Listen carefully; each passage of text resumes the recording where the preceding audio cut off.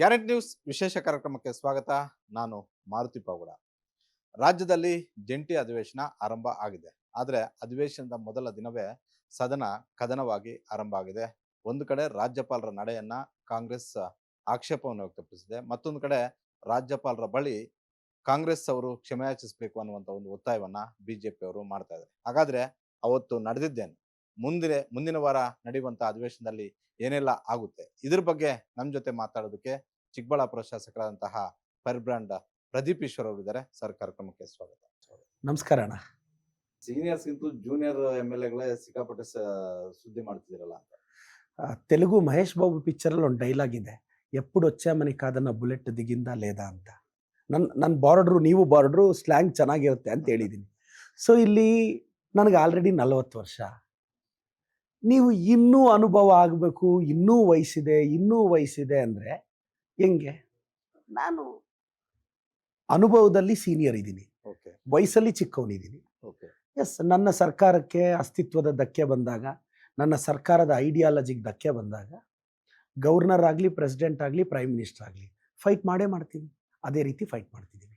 Sir, ಮೊನ್ನೆ ರಾಜ್ಯಪಾಲರು ಏನ್ ತಪ್ಪು ಮಾಡಿದ್ರು? ಕಾಂಗ್ರೆಸ್ ಅವ್ರು ಯಾಕೆ ಹಂಗೆ ಮುಗಿ ಬೀಳ್ದಿರಲ್ಲ? ನೀವು BK ಹರಿಪ್ರಸಾದ್, ಶರತ್ ಬಚ್ಚೇಗೌಡರು, ರವಿ ಅವರು ಏನ್ ಅವ್ರ ಮೈ ಮೇಲೆ ಬಿದ್ರಿ, ಅಕ್ಷರಶಃ ಮೈ ಮೇಲೆ ಬಿದ್ರಿ. ಈಗ ನೋಡಿ ಸರ್, ರಾಜ್ಯದ ಜನತೆಗೆ ಒಂದು ಕ್ಲಾರಿಟಿ ಕೊಡ್ತೀನಿ. ಸಂವಿಧಾನದಲ್ಲಿ ಆರ್ಟಿಕಲ್ 152 ಇಂದ ಆರ್ಟಿಕಲ್ 162 ಗವರ್ನರ್ ಬಗ್ಗೆ ಹೇಳುತ್ತೆ. ಆರ್ಟಿಕಲ್ 163ಯಲ್ಲಿ ಕ್ಲಿಯರ್ ಆಗಿ ಹೇಳಿದ್ದಾರೆ, ಕೌನ್ಸಿಲ್ ಆಫ್ ಮಿನಿಸ್ಟರ್ಸು ಹೇಗೆ ಹೇಳ್ತಾರೋ ಹಾಗೆ ರಾಜ್ಯಪಾಲರು ಕೇಳಬೇಕು ಅಂತ. ನಾವು ರಾಜ್ಯಪಾಲರನ್ನ ಸರ್ ಡ್ಯಾನ್ಸ್ ಆಡಿ ಅಂತ ಕೇಳಲಿಲ್ಲ, ಸರ್ ಒಂದು ಹಾಡು ಹೇಳಿ ಅಂತ ಕೇಳಲಿಲ್ಲ, ರಾಜ್ಯಪಾಲರನ್ನ ನಾವಿನ್ನೇನೋ ಕೇಳಲಿಲ್ಲ. ನಮ್ಮ ಸರ್ಕಾರದ ಯೋಜನೆಗಳನ್ನ, ನಮಗೆ ಕೇಂದ್ರದಿಂದ ಆಗಿರೋ ಅನ್ಯಾಯನ ನಾವೊಂದು ಸ್ಪೀಚ್ ಬರ್ಕೊಟ್ವಿ, ಅದನ್ನು ಓದಬೇಕು, ಇದು ಕರ್ತವ್ಯ ಕೂಡ. ಆದರೆ ಗವರ್ನರ್ ಅವ್ರು ಓದಲಿಲ್ಲ. ಆಯಿತು, ನಮ್ಗೆ ಅದಕ್ಕೆ ಬೇಜಾರಿಲ್ಲ. ಸರ್, ಒಬ್ಬ ಪ್ರೈಮರಿ ಸ್ಕೂಲ್ ಹುಡುಗ ನ್ಯಾಷನಲ್ ಆ್ಯಂಥಮ್ ಬರ್ತಿದ್ರೆ ಎದ್ದು ನಿಂತ್ಕೊತಾನೆ. ಹಳ್ಳಿಗಳಲ್ಲಿ ಯಾರಾದರೂ ನ್ಯಾಷನಲ್ ಆ್ಯಂಥಮ್ ಬರುವಾಗ ಗೌರವ ಕೊಡಲಿಲ್ಲ ಅಂದರೆ ಊರವರೆಲ್ಲ ಇಟ್ಕೊಂಡು ಹೊಡಿತಾರೆ. ಹೌದು. ನಾವು ಒಬ್ಬ ಗವರ್ನರು ನ್ಯಾಷನಲ್ ಆ್ಯಂಥಮ್ ಆಡದೆ ಹೋಗ್ತಾ ಇರುವಾಗ ನಾನು ನಮಸ್ಕಾರ ಹಾಕಿ, ನೀವು ನನ್ನ ವಿಡಿಯೋ ನೋಡಿ, ಸರ್ ಪ್ಲೀಸ್ ನ್ಯಾಷನಲ್ ಆ್ಯಂಥಮ್ ಹೇಳಿ ಅಂತ ನಾನು ಹೇಳಿದೆ. ನಮ್ಮ ಹರಿಪ್ರಸಾದ್ ಸಾಹೇಬರು ಏನು ಹೇಳಿದ್ರು, ದಯವಿಟ್ಟು ನ್ಯಾಷನಲ್ ಆ್ಯಂಥಮ್ ಹೇಳಿ ಅಂತ ಹೋಗಿ ರಿಕ್ವೆಸ್ಟ್ ಮಾಡಿದ್ವಿ. ಇದನ್ನ ಮುಗಿ ಬೀಳೋದು ಅಂದ್ರೆ ಹೆಂಗೆ?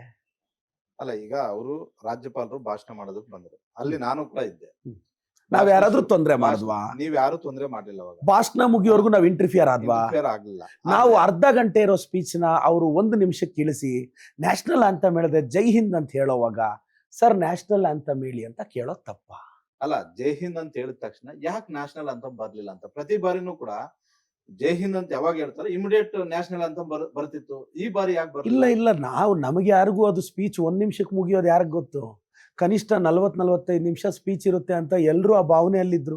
ಸಡನ್ ಆಗಿ ಏಕಾಏಕಿ ಇಲ್ಲ ಗವರ್ನರ್ ಅವ್ರು ನಿಲ್ಸೋದಾದ್ರೆ ನ್ಯಾಷನಲ್ ಅಂತ ಮಾಡಿ ಹೊರಟೋಗಿದ್ದಿದ್ರೆ ಈ ವಿಚಾರಣೆ ಬರ್ತಿರ್ಲಿಲ್ಲ. ನಾನು ಹೇಳೋದು ನೋಡಿ ಸರ್, ಸಂವಿಧಾನದ ನಿಮ್ಗೊಂದು ಹಿನ್ನೆಲೆ ಹೇಳ್ತೀನಿ. 2 ವರ್ಷ 11 ತಿಂಗಳು 18 ದಿನ ಟೈಮ್ ತಗೊಂಡು ನಮ್ಮ ಕಾನ್ಸ್ಟಿಟ್ಯೂಷನ್ ಬರೆದ್ರು. 2 ವರ್ಷ 11 ತಿಂಗಳು 18 ದಿನ ನಮ್ಮ ಸಂವಿಧಾನ ತಗೊಂಡ್ರು. ಆದ್ರೆ ಗವರ್ನರ್ ಅನ್ನೋ ಒಂದು ರೋಲ್ನ ನಾವು ಬ್ರಿಟನ್ ಇಂದ ತಗೊಂಡ್ವಿ. ಗವರ್ನರ್ ಅನ್ನೋ ಇದನ್ನ ಬ್ರಿಟನ್ ಇಂದ ತಗೊಂಡ್ವಿ. ಫೆಡರಲಿಸಮ್ ಅನ್ನೋದನ್ನ ಕೆನಡಾ ಇಂದ ತಗೊಂಡ್ವಿ. ಫೆಡರಲಿಸಮ್ ಅಂದ್ರೆ ಸೆಂಟರ್ ಮತ್ತೆ ಸ್ಟೇಟ್ ಮಧ್ಯೆ ಇರೋ ರಿಲೇಶನ್ಶಿಪ್. ಗವರ್ನರ್ನ ಬ್ರಿಟನ್ ಇಂದ ತಗೊಂಡು ನಮ್ಮ ದೇಶಕ್ಕೆ ಅನುಗುಣವಾಗಿ ರೋಲ್ ಫಿಕ್ಸ್ ಮಾಡಿದ್ರು. ಇದ್ರ ಬಗ್ಗೆ ಡಿಬೇಟ್ ಆಯ್ತು. ಡ್ರಾಫ್ಟಿಂಗ್ ಕಮಿಟಿ ಅಂತ, ಅದರ ಚೇರ್ಮನ್ ಬಾಬಾ ಸಾಹೇಬ್ ಅಂಬೇಡ್ಕರ್ ಅವರಾಗಿದ್ರು. ಅದರಲ್ಲಿ 7 ಜನ ಸದಸ್ಯರಿದ್ರು. ಅಲ್ಲಾಡಿ ಕೃಷ್ಣಸ್ವಾಮಿ ಅಯ್ಯರ್ ಇದ್ರು, ಮುನ್ಷಿ ಅವರಿದ್ರು. ಅವರೆಲ್ಲ ಒಬ್ಬೊಬ್ರು ಗವರ್ನರ್ ಬಗ್ಗೆ ಏನು ಹೇಳಿದ್ದಾರೆ ಗೊತ್ತಾ? ಮುನ್ಷಿ ಅವ್ರು ಹೇಳ್ತಾರೆ, ಇದು ಡ್ರಾಫ್ಟಿಂಗ್ ಕಮಿಟಿ ಸಂವಿಧಾನದಲ್ಲಿರೋ ಸಾಲು, ನನ್ನ ಸಾಲಲ್ಲ. ಮುನ್ಷಿ ಅವ್ರು ಹೇಳ್ತಾರೆ, ಗವರ್ನರ್ ಅವರು ಯಾವುದೇ ಕಾರಣಕ್ಕೆ ಸೆಂಟರ್ನ ಏಜೆಂಟ್ ಆಗಬಾರದು, ಗವರ್ನರ್ಗಿರೋ ಲಿಮಿಟೆಡ್ ಪವರ್ ಅಂತ ಅಲ್ಲಾಡಿ ಕೃಷ್ಣಸ್ವಾಮಿ ಅಯ್ಯರ್ ಹೇಳ್ತಾರೆ. ಬಾಬಾ ಸಾಹೇಬ್ ಅಂಬೇಡ್ಕರ್ ಅವರು ಹೇಳ್ತಾರೆ, ಕೌನ್ಸಿಲ್ ಆಫ್ ಮಿನಿಸ್ಟರ್ಸು ಅವರು ಜನರಿಂದ ಆಯ್ಕೆ ಆಗಿದ್ದಾರೆ, ಅವ್ರ ಮಾತನ್ನ ಗವರ್ನರ್ ಕೇಳಬೇಕು ಅಂತ. ಆ ಲೆಕ್ಕಕ್ಕೆ ಸಂವಿಧಾನಕ್ಕೆ ಗೌರವ ಇಲ್ವಾ? ಅಲ್ಲ, ಈಗ ಅವರು ಕೇಂದ್ರದ ಏಜೆಂಟ್ ಆದ್ರು ಅಂತ ನೀವ್ ಹೆಂಗ್ ಹೇಳ್ತೀರಾ? ಸ್ಪೀಚ್ ಯಾಕೆ ಓದ್ಲಿಲ್ಲ? ಅಲ್ಲ, ಸ್ಪೀಚ್ ಅವ್ರು ಬೇಡದೇ ಇರೋದನ್ನೆಲ್ಲ ನೀವ್ ಯಾಕೆ ಸೇರಿಸಿದ್ರಿ? ನಾವೇನ್ ಸೇರಿಸಿದ್ವಿ? ಆಯ್ತು, ನಾವೇನ್ ಸೇರಿಸಿ ರಾಜ್ಯಪಾಲರು ಮಾಡಿದ ತಪ್ಪು. ಆಯ್ತು, 1 ನಿಮಿಷ, ರಾಜ್ಯದ ಜನತೆ ಜಡ್ಜ್ ಮಾಡ್ಲಿ. ನಾವ್ ಏನ್ ಸೇರಿಸಿದ್ವಿ ಅಂತ ನೋಡಿ, ದಾಖಲೆ ಸಮೇತ ಹೇಳ್ತಿದ್ದೀನಿ ರಾಜ್ಯದ ಜನತೆಗೆ. ನಾವೇನ್ ಕೇಳಿದ್ವಿ ಗೊತ್ತಾ? 15th ಫೈನಾನ್ಸ್ ಕಮಿಷನ್ ಅಲ್ಲಿ ಭದ್ರಾ ಮೇಲ್ದಂಡೆ ಯೋಜನೆಗೆ 5,300 ಕೋಟಿ ಕೊಡಿ ಅಂತ ಕೇಳಿದ್ರೆ ಸೆಂಟ್ರಲ್ ಗೌರ್ಮೆಂಟ್ ಅವ್ರು ₹1 ಕೊಡ್ಲಿಲ್ಲ. ಇದನ್ನ ಹೇಳೋದ್ ತಪ್ಪ? ಈಗ ಹೇಳಿ, ಭದ್ರಾ ಮೇಲ್ದಂಡೆ ಯೋಜನೆಗೆ ನಾವು 5,300 ಕೋಟಿ ಕೇಳಿರೋ ಸತ್ಯ, ಕೇಂದ್ರದವರು ಕೊಡ್ಲಿಲ್ಲ, ಯಾಕೆ ಕೊಡ್ಲಿಲ್ಲ ಅಂತ ಕೇಳಿದ್ವಿ, ಅದು ತಪ್ಪ? ಎರಡನೇದು, 15ನೇ ಹಣಕಾಸು ಆಯೋಗದಲ್ಲಿ ಅದು ಅನೌನ್ಸ್ ಆಗಿತ್ತು, ಭದ್ರಾ ಮೇಲ್ದಂಡೆದು ಅನೌನ್ಸ್ ಆಗಿತ್ತು, ಆದ್ರೆ ದುಡ್ಡು ಬಿಡುಗಡೆ ಆಗ್ಲಿಲ್ಲ. ಈಗ ನಾನು ಹೇಳೋದು ವೆರಿ ಸಿಂಪಲ್. 5,300 ಕೋಟಿ ಅಂದ್ರೆ ಬಿಡುಗಡೆ ಆಗದೆ ಇರೋದನ್ನ ಆಗಿದೆ ಅಂತ ಅನ್ಕೊಳಕ್ಕಾಗತ್ತಾ? ಇದು ₹50 ₹100 ಆದ್ರೆ ನಾನೇ ಕೊಟ್ಟು ಬಿಡ್ತಿದ್ದೆ. ಇದು 5,300 ಕೋಟಿ. ನೆಕ್ಸ್ಟ್ ಏನ್ ಹೇಳಿದ್ವಿ? ಬೆಂಗಳೂರು ಅಭಿವೃದ್ಧಿ ಕೆರೆಗಳಿಗೆ, ಪೆರಿಫೆರಲ್ ರಿಂಗ್ ರೋಡ್ಗೆ 6,000 ಕೋಟಿ ಕೇಳಿದ್ವಿ ಸೆಂಟ್ರಲ್ ಗೌರ್ಮೆಂಟ್ ಅಲ್ಲಿ. ನಯಾ ಪೈಸೆ ಕೊಡ್ಲಿಲ್ಲ.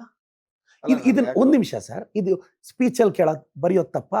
ಕೇಂದ್ರ ಸರ್ಕಾರದವರೇ ನಾವು 6,000 ಕೋಟಿ ಕೇಳಿದ್ವಿ, ನೀವು ಕೊಡ್ಲಿಲ್ಲ. ಮೂರನೇದು, ಆರೋಗ್ಯಕ್ಕೆ 1,683 ಕೋಟಿ ಬೇಕು ಸರ್ ಅಂತ ಸೆಂಟ್ರಲ್ ಗೌರ್ಮೆಂಟ್ ಕೇಳಿದ್ರೆ ಅವ್ರು ಇನ್ನೂ 874 ಕೋಟಿ ಕೊಟ್ಟೇ ಇಲ್ಲ. ಅಷ್ಟೇ ಅಲ್ಲ, ರೂರಲ್ ಗ್ರಾಮೀಣ ಸಂಸ್ಥೆಗಳ ಅಭಿವೃದ್ಧಿಗೆ 10,000 ಕೋಟಿ ಕೇಳ್ತೀವಿ, ಬಿಡುಗಡೆ ಮಾಡಲ್ಲ. ಸ್ಥಳೀಯ ಸಂಸ್ಥೆಗಳಿಗೆ 5,200 ಕೋಟಿ ಕೊಡ್ತೀವಿ, ಬಿಡುಗಡೆ ಮಾಡಲ್ಲ. ತೆರಿಗೆಯಲ್ಲಿ ಅಲ್ಲ, ನನ್ಗನ್ಸುತ್ತೆ ಇದೆಲ್ಲದಕ್ಕಿಂತಲೂ ಕೂಡ ಅವ್ರು ಕಿರಿಕಿರಿ ಆಗಿದ್ದು ಹಾ. ನರೇಗಾ ಯೋಜನೆದು ನೀವು ಪ್ರಸ್ತಾಪ ಮಾಡಿದ್ರಿ. 2ನೇ ಪೇಜ್ ಅಲ್ಲಿ ನೀವೇ ನರೇಗಾ ಯೋಜನೆ ಪ್ರಸ್ತಾಪ ಮಾಡಿದ್ರಿ. ರಾಜ್ಯಪಾಲರಿಗೆ ಆ ಭಾಷಣದ ಪ್ರತಿ ಹೋದಾಗ್ಲೇ ಅವ್ರು ಹೇಳಿದ್ರು ಆ 11 ಪ್ಯಾರವನ್ನ ತೆಗಿಬೇಕು ಅಂತ. ರಾಜ್ಯ ಸರ್ಕಾರಕ್ಕೆ ಯಾಕೆ ಬೇಕಿತ್ತು ಅಷ್ಟೊಂದು ಪ್ರತಿಷ್ಠೆ? ನಿಮ್ಗೆ ಈಗ 140 ಶಾಸಕರು ಇರುವಂತಹ ನಿಮ್ಗೆಲ್ಲರಿಗೂ ಅಷ್ಟೊಂದು ಪ್ರತಿಷ್ಠೆ ಆಗ್ಬೇಕಾಗಿತ್ತು. ಹಂಗಾದ್ರೆ ಗವರ್ನರ್ಗೆ ಅವ್ರ ಜವಾಬ್ದಾರಿನ ನಿರ್ವಹಿಸಿ ಅಂತ ಹೇಳೋದು ನಮ್ ತಪ್ಪ? ನಾನು ಹೇಳೋದು, ನರೇಗಾ ಅಂದ್ರೆ ಏನು? M NREGA, Mahatma NREGA. Gandhi national rural employment act, M NREGA. Yes. ಅದ್ರ ಹೆಸರು ಇವರು ಅದೇನೋ ವಿ ರಾಮ್ಜಿ ನಾಥು ರಾಮ್ಜಿ ಜಿ ಅಂತ ರಾಮ್ಜಿ ಚೇಂಜ್ ಮಾಡಿ, ಅಂತ. ಅದೇನೋ ನಾಥು ರಾಮ್ಜಿ ಅಂತ ನಾನು ಓದ್ಕೊಂಡೆ. ನಾನು ಇಲ್ಲ, ಓದುವಾಗ ನಾಥು ರಾಮ್ಜಿ ಅಲ್ಲ, ಜಿ ರಾಮ್ಜಿ ಅಂತ ಅಷ್ಟೇ. ಇಲ್ಲ, ಅದು ನಮ್ ಬುಕ್ಕಲ್ಲಿ ಅದು ವಿ ಜಿ ರಾಮ್ಜಿ, ರಾಮ್ಜಿ ಅಂತ. ನಾವು ವಿ ಗ್ರಾಮ್ಜಿ ಅಂತ ಟೈಪ್ ಮಾಡಿದೀವಿ. ನಮ್ಮ ಪ್ರಕಾರ ಅದು ಗ್ರಾಮ್. ಅದು ನಿಮ್ಗೆ ಇನ್ನೊಂದು ಹೇಳ ಮಾರುತಿ ಸರ್, ಯಾಕೆ ಇವರೆಲ್ಲ ರಾಮನ ಹೆಸರು ಇಡ್ತಾ ಇದ್ದಾರೆ? ನಿಮ್ಗೊಂದು ಕ್ಲಾರಿಟಿ ಕೊಡ್ತೀನಿ, ನೆನ್ಪಿಟ್ಕೊಳ್ಳಿ. ಅಯೋಧ್ಯೆಯಲ್ಲಿ ಶ್ರೀರಾಮಚಂದ್ರನ ಟೆಂಪಲ್ ಕಟ್ಟಿದ್ರು ಇವರೆಲ್ಲ, ನಾವೆಲ್ಲ ಕಟ್ಟಿದ್ವಿ. ಬಿಜೆಪಿ ಅವ್ರು ಮೇಜರ್. ನೀವೆಲ್ಲ ಹೆಂಗ್ ಕಟ್ಟಿದ್ರಿ? ನೀವೇನು ಯಾವತ್ತು ಏನು ಬಹಳ ಅದಕ್ಕೆ ಸರ್ಕಸ್ ಮಾಡ್ಲಿಲ್ಲ. ಪಾಪ ಬಿಜೆಪಿ ಅವರತ್ತೇನೆ ಸರ್ಕಸ್ ಮಾಡಿದ್ದು, ವಿಶ್ವ ಹಿಂದೂ ಪರಿಷತ್ ಸರ್ಕಸ್ ಮಾಡಿದ್ದು. ಶ್ರೀರಾಮಚಂದ್ರ ಪ್ರಭು ಏನು ಅಲ್ಲ, ಶ್ರೀರಾಮ ಎಲ್ಲರಿಗೂ ಅಲ್ಲ, ಬೇಕಾಗಿಲ್ಲ. ಶ್ರೀರಾಮಚಂದ್ರ ಪ್ರಭು ಅವ್ರಿಗೇನು ಬಿಲ್ ಬರ್ಕೊಟ್ಟಿಲ್ಲ ಬಿಜೆಪಿ ಅವರೆಲ್ಲ. ಬಟ್ ನಾನು ಹೇಳೋದೇನು ಗೊತ್ತಾ ಮಾರುತಿ ಸರ್, ಅಯೋಧ್ಯೆಯಲ್ಲಿ ರಾಮ ಮಂದಿರ ಕಟ್ಟಿದ್ರು, ಆದ್ರೆ ಇವರು ಪ್ಯೂರ್ ಹಾರ್ಟೆಡ್ ಆಗಿ ಕಟ್ಟಲಿಲ್ಲ. ಅದಕ್ಕೆ ಅಯೋಧ್ಯೆಯಲ್ಲಿ ನಾವು ಗೆದ್ವಿ, ಅಂದ್ರೆ ಇಂಡಿಯಾ ಮೈತ್ರಿಕೂಟ ಗೆಲ್ತು. ಯಾಕೆ ಬಿಜೆಪಿ ಗೆಲ್ಲಿಲ್ಲ?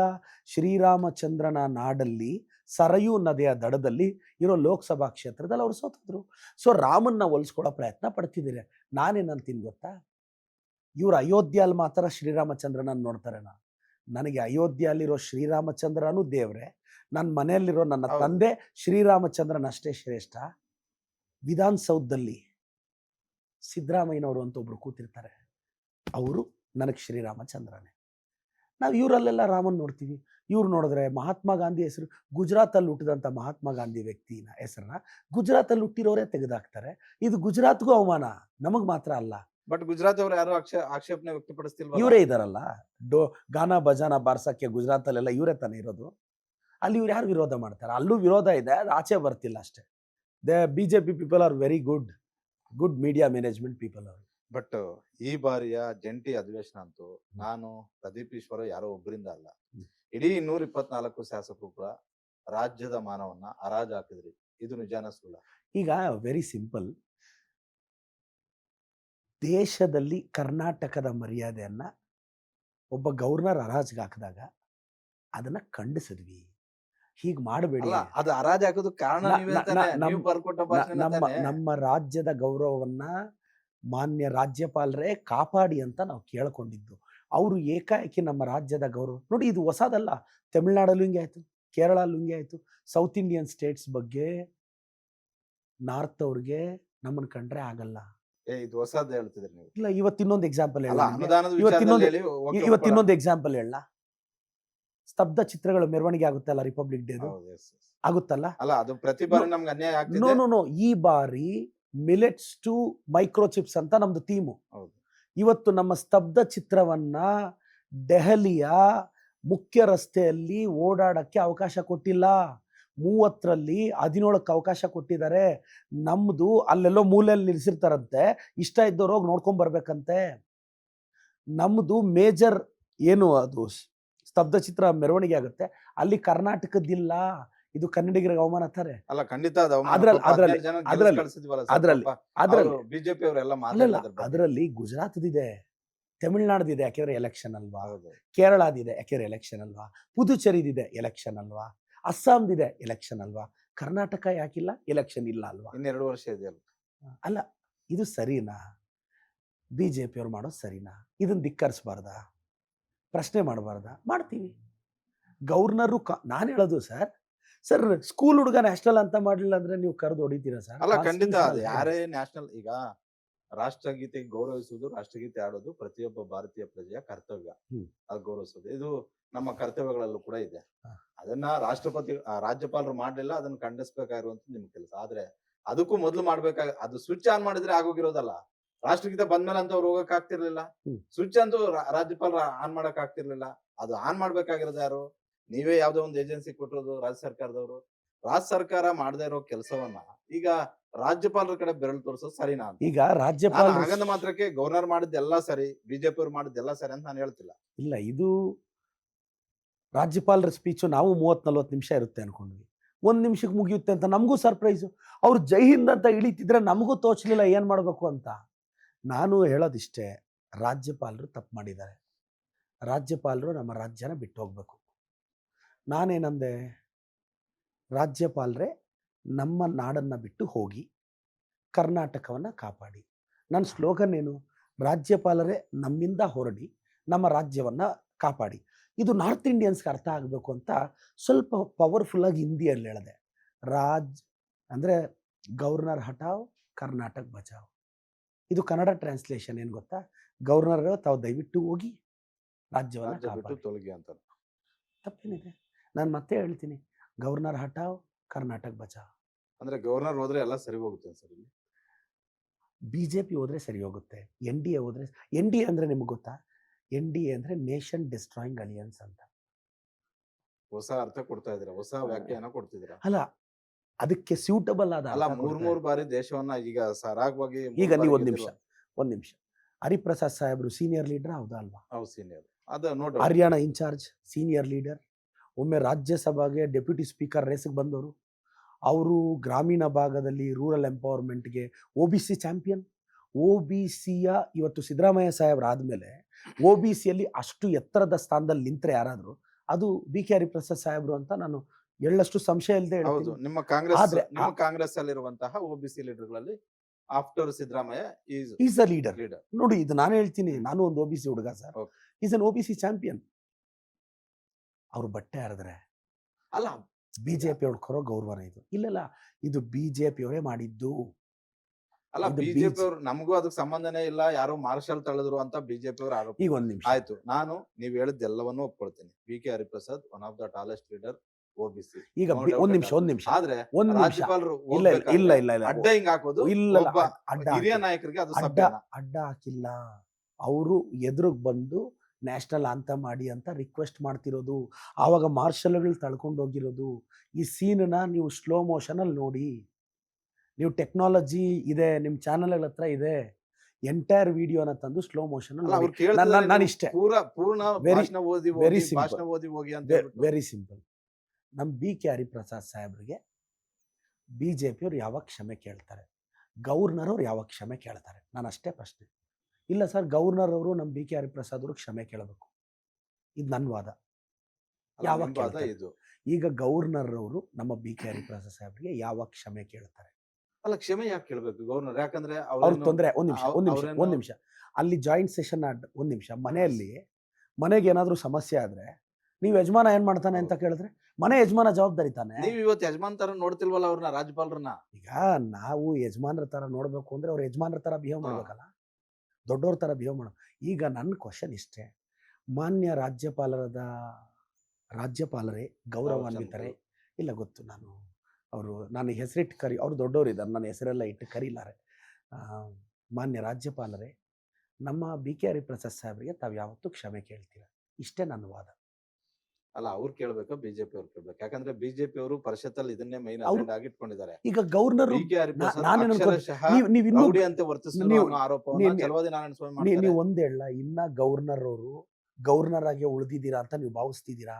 ನಾನು ಆಲ್ರೆಡಿ ಅವ್ರು ಗವರ್ನರ್ ಅವರು ಅಧಿಕೃತವಾಗಿ ಬಿಜೆಪಿಯಲ್ಲಿದ್ರು, ಈಗ ಗವರ್ನರ್ ಆದ್ಮೇಲೆ ಅನಧಿಕೃತವಾಗಿ ಬಿಜೆಪಿಯಲ್ಲಿದ್ದಾರೆ. ಇವಾಗ ಈ ಘಟನೆ ಆದ್ಮೇಲೆ ಅಧಿಕೃತವಾಗಿ ಗುರುತಿಸ್ಕೊಂಡಿದ್ದಾರೆ ಅನ್ನೋದು ನನ್ನ ವಾದ. ಅಲ್ಲ, ಈ ಆರೋಪಗಳು ಗವರ್ನರ್ ಮೇಲೆ ಇವತ್ತಿಂದ ಅಲ್ಲ. ಯುಪಿಎ ಸರ್ಕಾರದಲ್ಲಿ ಹಂಸರಾಜ್ ಭಾರದ್ವಾಜ್ ಅವರು ಬಂದಾಗ ಯಡಿಯೂರಪ್ಪ ಅವರ ವಿರುದ್ಧ ಸಾಲು ಸಾಲು ಪಿಸಿಆರ್ ದಾಖಲು ಮಾಡೋದಕ್ಕೆ ಅನುಮತಿಯನ್ನು ಕೊಟ್ಟಾಗ 2011ರಲ್ಲಿ ಇದೇ ಆರೋಪವನ್ನ ಅವತ್ತು ಬಿಜೆಪಿ ಅವರು ಕೂಡ ಮಾಡಿದ್ರು. ಯಡಿಯೂರಪ್ಪ ಅವರ ಕೊಟ್ಟಂತಹ ಜಂಟಿ ಅಧಿವೇಶನದ ಭಾಷಣ ಅವತ್ತು ಕೂಡ ಅವ್ರು ಓದ್ಲಿಲ್ಲ. ಹಂಗಾದ್ರೆ ಆವತ್ತು ಒಂದ್ ನಿಮಿಷ, ಅವತ್ತು ಅವ್ರು ಕೊಟ್ಟಿದ್ದ ಭಾಷಣ ಓದ್ಲಂತೆ, ಅವತ್ತು ನಾವು ಕೊಟ್ಟಿರೋ ಭಾಷಣ ಓದ್ತಾ ಇಲ್ಲ. ಹಂಗಾದ್ರೆ ಬಿಜೆಪಿ ಅವ್ರದ್ದು ದ್ವೇಷ ರಾಜಕಾರಣ ತಾನೆ? ಅಲ್ಲ, ಅವತ್ತು ಇದೇ ಸಿದ್ದರಾಮಯ್ಯ ನಿಮ್ಮ ನಾಯಕರು ಏನ್ ಹೇಳಿದ್ರು, ಮುಖ್ಯಮಂತ್ರಿಗಳು ಏನ್ ಹೇಳಿದ್ರು, ಹಂಸರಾಜ್ ಭಾರದ್ವಾಜ್ ಅವರು ನಡ್ಕೊಂಡಿರೋ ರೀತಿ ಸರಿ ಇದೆ, ಇವ್ರು ಏನೇನೋ ಬರ್ಕೊಟ್ರೆ ಅದೆಲ್ಲ ಓದ್ಬೇಕಂತಿಲ್ಲ ಅಂತ ಹೇಳಿದ್ರು. ಇವತ್ತು ಏನ್ ಹೇಳ್ತಾ ಇದ್ದೀರಾ ನೀವು? ಒಂದ್ ನಿಮಿಷ, please sir, reserve bank of India ತಾನೆ RBI ನೋಡಿ, ಇದು ರಾಜ್ಯದ ಜನತೆಗೆ ಇದು RBI ಡೇಟಾ ಏನ್ ಬರ್ದಿದ್ದಾರೆ? ಭಾರತದ ರಿಸರ್ವ್ ಬ್ಯಾಂಕ್ ಬಿಡುಗಡೆ ಮಾಡಿರುವ ದಾಖಲೆಗಳ ಪ್ರಕಾರ 2023 ಕರ್ನಾಟಕಕ್ಕೆ ಬರೀ ರಸ್ತೆಗಳು 1800 ಕಿಲೋಮೀಟರ್ ಕೊಟ್ಟಿದ್ದಾರೆ, ಗುಜರಾತ್ಗೆ 4000 ಕಿಲೋಮೀಟರ್ ಕೊಟ್ಟಿದ್ದಾರೆ, ಮಹಾರಾಷ್ಟ್ರಕ್ಕೆ 12,000 ಕಿಲೋಮೀಟರ್ ಕೊಟ್ಟಿದ್ದಾರೆ. ಇದು reserve bank of India website data. ಅವರೇ ಆ ವೆಬ್ಸೈಟ್ ಅಲ್ಲಿರೋದು. ನಮಗೆ 1860, ಗುಜರಾತ್ಗೆ 3191 ಕಿಲೋಮೀಟರ್ಸ್, 12,210 ಕಿಲೋಮೀಟರ್ಸ್ ಮಹಾರಾಷ್ಟ್ರಕ್ಕೆ, ಉತ್ತರ ಪ್ರದೇಶಕ್ಕೆ 4,500, ಮಧ್ಯಪ್ರದೇಶಕ್ಕೆ 4,000. ನಾವೇನು ಮೋಸ ಮಾಡಿದೀವಿ ಸರ್? ಅಲ್ಲ, ನೀವ್ ಹೇಳ್ತಿರೋ ಈ ಡೇಟಾ RBI ವೆಬ್ಸೈಟ್ ಇಂದ ನಾವು ತೆಗೆದು ಗವರ್ನರ್ ಕೊಟ್ಟಿದ್ದೀವಿ. RBI ಯಾರ ಕಂಟ್ರೋಲ್ ಅಲ್ಲಿದೆ? ಅವ್ರ ಕಂಟ್ರೋಲ್ ಅಲ್ಲಿ ಇದೆ. ಅವ್ರ ವೆಬ್ಸೈಟ್ ಅಲ್ಲಿರೋದು ಅವ್ರಿಗೆ ತೆಗೆದು ನೀವು ಹೋದ್ರಪ್ಪ ಅಂದ್ರೆ, ನೀವು ಬರ್ಕೊಟ್ಟಿದ್ದು ಅಂದ್ರೆ ಇದನ್ನ ನೋಡಿ, ಇದು data. Please anyone can sir, ನಮ್ಮ ಸ್ಥಿತಿಗತಿ, ನಮ್ದು ವರ್ಷವಾರು ನಮ್ದು ಸ್ಕಿಲ್ ಪಾರ್ಟಲ್ ಏನಾಗಿದೆ, ಕನ್ಸ್ಯೂಮರ್ ಪ್ರೈಸ್ ಇಂಡೆಕ್ಸ್ ಸರ್, ಇದೆಲ್ಲ ಸೆಂಟ್ರಲ್ ಗೌರ್ಮೆಂಟ್ ಕೊಟ್ಟಿರೋ ಡೇಟಾ. ಅವರು ಪಬ್ಲಿಷ್ ಮಾಡಿರೋ ಡೇಟಾನೇ ನಾವು ಒಂದ್ಸಲ ಬರೆದು ಗವರ್ನರ್ ಅವರೇ ಓದಿ ಅಂತ ಕೇಳಿದ್ದು. ನಾವು ಬರೆದಿದ್ದಲ್ಲ, ಕನ್ಸ್ಯೂಮರ್ ಪ್ರೈಸ್ ಇಂಡೆಕ್ಸ್ ಕೊಟ್ಟಿದ್ದು ನಾವಲ್ಲ. ಎಲ್ಲ ಅವ್ರು ಮಾಡ್ಬಿಟ್ಟು ನಮ್ಮ ಮೇಲೆ ಹಾಕ್ಬಿಟ್ರೆ. ನನಗೊಂದು ಕನಸು ಬಂದಿತ್ತು ಮಾರುತಿ ಸರ್, ನರೇಗಾ ನಡೆಯುವಾಗ ನನಗೊಂದು ಕನಸು ಬಂದಿತ್ತು. ಆ ಕನಸು ಹೇಳ್ತೀನಿ. ನರೇಗಾ ಟು ಈಗ ನನಗೊಂದು ನರೇಗಾ ಬಗ್ಗೆ ಒಂದು ಕನಸು ಬಂದಿತ್ತು. ಜಿ ನಾನು ನರೇಗಾನೆ, ನನಗದು ರಾಮ ಅಷ್ಟೇ, ಇದು ವಿ ಗ್ರಾಮ್ಜಿ. ಇದು ಕನಸಲ್ಲಿ ಏನಿತ್ತು ಅಂದರೆ, ನನಗೆ ಕ್ವಶನ್ ಪೇಪರ್ ಕೊಡ್ತಾರೆ ನಮ್ಮ ಟೀಚರು. ಫಾದರ್ ಆಫ್ ನೇಷನ್ ಯಾರು ಅಂತ ಕೇಳ್ತಾರೆ. ನಾನು ಮಹಾತ್ಮ ಗಾಂಧೀಜಿ ಅಂತ ಬರಿತೀನಿ. ಇದೇ ಕ್ವಶನ್ ಪೇಪರು ಆರ್ ಅಶೋಕಣ್ಣನು ಕೊಡ್ತಾರೆ. ಆರ್ ಅಶೋಕಣ್ಣ ಫಾದರ್ ಆಫ್ ನೇಷನ್ ಯಾರು ಅಂತ ಕೇಳಿದ್ರೆ, ಲಾಸ್ಟ್ ವೀಕ್ ಆಗಿದ್ದಿದ್ರೆ JP ನಡ್ಡಾಜಿ, ಈ ವೀಕ್ ಆಗಿದ್ದಿದ್ರೆ ನಿತಿನ್ ನಬೀನ್ಜಿ ಅಂತ ಬರೀತಾರೆ. ಇದೇ ನನಗೆ ಕನ್ಸಲ್ ಬಂದಿರೋದು ಸರ್, ಇದೇ ಕ್ವಶನ್ ಪೇಪರ್. ಏನ್ ನೀವು ಒಂದು ವಿರೋಧ ಪಕ್ಷದ ಸ್ಯಾಡೋ ಸಿಎಂ ಅನ್ನ ಈ ರೀತಿ ವ್ಯಂಗ್ಯವಾಡ್ತಿದ್ದೀರಲ್ಲ? ಅಲ್ಲಲ್ಲ, ನಾನು ನೋಡಿ ಕನ್ಸಲ್ ಬಂದಿರೋದು. ನೀನು ಹೇಳಿದ್ರೆ ಅಶೋಕಣ್ಣನ್ಗೆ ಕೇಳ್ತಾರ ಅವ್ರ ಟೀಚರ್, ಫಾದರ್ ಆಫ್ ನೇಷನ್ ಯಾರು ಅಂದ್ರೆ, ಲಾಸ್ಟ್ ವೀಕ್ ಆಗಿದ್ರೆ JP ನಡ್ಡಾಜಿ, ಈ ವೀಕ್ ಆಗಿರೋದಕ್ಕೆ ನಿತಿನ್ ನಬೀನ್ಜಿ ಅಂತ ಬರೀತಾರೆ. ಇದೇ ಕ್ವಶನ್ನ ಯತ್ನಾಳ್ ಅವ್ರು ಕೊಡ್ತಾರೆ ಟೀಚರ್. ಯತ್ನಾಳ್ ನೋಡಪ್ಪ, ಫಾದರ್ ಆಫ್ ನೇಷನ್ ಯಾರು ಅಂದ್ರೆ, ಅವ್ರು ಕ್ವಶನ್ ಓದೋದೇ ಇಲ್ಲ, ವಿಜಯೇಂದ್ರ ಮತ್ತೆ ಯಡಿಯೂರಪ್ಪ ಅಂತ ಬರೀತಾರೆ. ಯಾಕಂದ್ರೆ ಅವ್ರ ಕ್ವಶನ್ ಜೊತೆ ಎಲ್ಲ ಸಂಬಂಧ ಇಲ್ಲ ಯತ್ನಾಳ್ ಸಾಹೇಬ್ರಿಗೆ. ಅವ್ರು ಈ ಆನ್ಸರ್ ಅಂತೂ ಬರೆಯಕ್ ಚಾನ್ಸೇ ಇರಲ್ಲ. ನೋಡಿ, ನಿಮ್ ಕನಸು ತಪ್ಪಿದೆ. ಇಲ್ಲ, ಒಂದ್ ಹೇಳ್ತೀನಿ ಕೇಳೋಣ. ಅವ್ರಿಗೆ ಪ್ರಶ್ನೆ ಜೊತೆ ಸಂಬಂಧ ಇಲ್ಲ ಯತ್ನಾಳ್ ಸಾಹೇಬ್ರಿಗೆ. ಯಡಿಯೂರಪ್ಪನ ವಿಜಯೇಂದ್ರನ್ ಬೈಬೇಕು. ನೀವು ಯಾವ ಕ್ವಶನ್ ಕೇಳಿದ್ರು ಅವ್ರ ಆನ್ಸರ್ ಮಾತ್ರ ಫಿಕ್ಸ್. ಅವರು ವಿಜಯೇಂದ್ರ ಇದು ಅಂತ ಬರೀತಾರೆ. ಅವ್ರ ಮೈಂಡ್ ಅಲ್ಲಿ ನಾನು ಇದೇ ಕ್ವಶನ್ ಪೇಪರು ಸುನಿಲ್ ನನಗೆ ಕೊಡ್ತಾರೆ. Sunil who is the father of nation ಅಂದರೆ, ಅದು ಮತ್ತೆ ಬರೀತೀನಿ, ವಿರೋಧ ಪಕ್ಷದ ಸೀಟ್ ಯಾವಾಗ ಸಿಗುತ್ತೆ ಅಂತ ಬರೀತಾರೆ. ಸೋಮಣ್ಣನಿಗೆ ಕೊಡ್ತಾರೆ ಇದೇ ಕ್ವಶನ್ ಪೇಪರ್. ಫಸ್ಟ್ ನಾನು ಸೆಂಟ್ರಲ್ ಪಾಲಿಟಿಕ್ಸಿಂದ ಸ್ಟೇಟ್ ಪಾಲಿಟಿಕ್ಸ್ಗೆ ಬಂದ್ಬಿಡ್ತೀನಿ ಅಂತ ಬರೀತಾರೆ. ಕುಮಾರಣ್ಣನಿಗೆ ಕೊಡ್ತಾರೆ father of nation. Mahatma Gandhi ಅಂತ ಬರೀತಾರೆ. ಯಾಕೆ ಅಂದರೆ, ಈ BJP ಅವರು ನಂಬೋದಕ್ಕಿಂತ ನಿಮ್ಮನ್ನು ನಂಬ್ಕೊಂಡು ಹೋಗೋದ್ರಲ್ಲೇ ಅರ್ಥ ಇದೆ ಅಂತ ಬರೀತಾರೆ.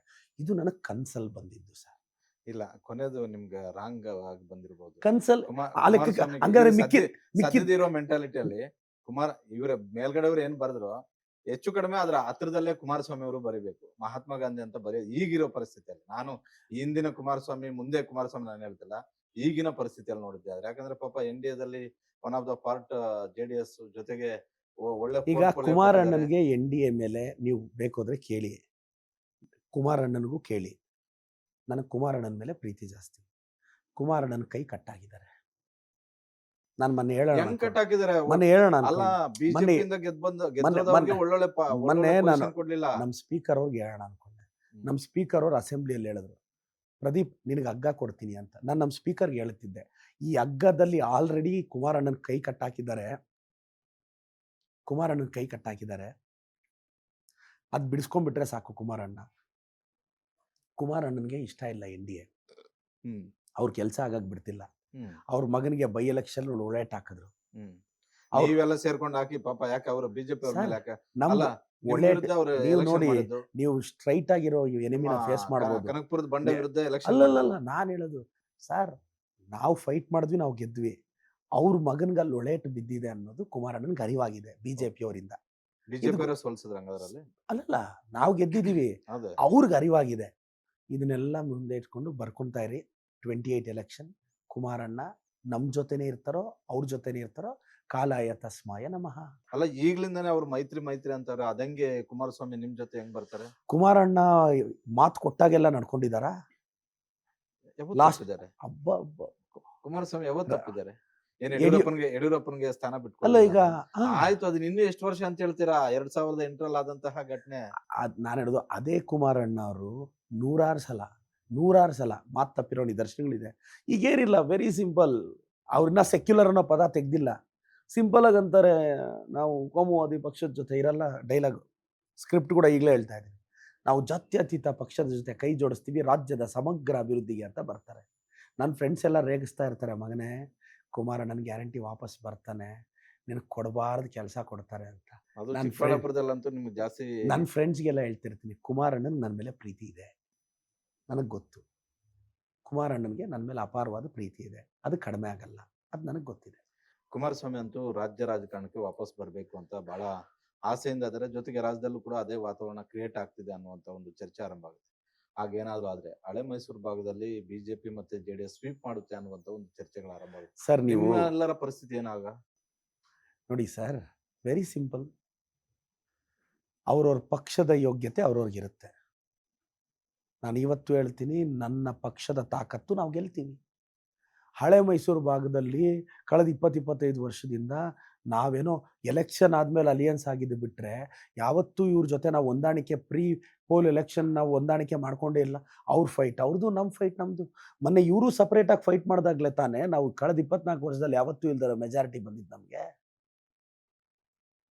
ನಮ್ಮ ಫೈಟ್ ನಮಗೆ, ನಮ್ಮ ಅಸ್ತಿತ್ವ ನಮಗೆ ಗೊತ್ತಿದೆ, ನಮ್ಮ ಪಕ್ಷದ ತಾಕತ್ ನಮ್ಗೆ ಗೊತ್ತಿದೆ, ನಾವು ಗೆದ್ದೇ ಗೆಲ್ತೀವಿ ಸರ್. ಹಾಗಾದ್ರೆ ನಿಮ್ ಪ್ರಕಾರ ಕುಮಾರಸ್ವಾಮಿ ಅವ್ರು ಬರೋದ್ರಿಂದ ಏನ್ ಫಲಿತಾಂಶದ ಮೇಲೆ ಯಾವುದೇ ಎಫೆಕ್ಟ್ ಆಗಲ್ಲ ಅಂತೀರಾ? ಹಾಗಂಗಿದ್ರೆ ಮೊನ್ನೆ ಆಗ್ಬೇಕಾಗಿತ್ತಲ್ಲ.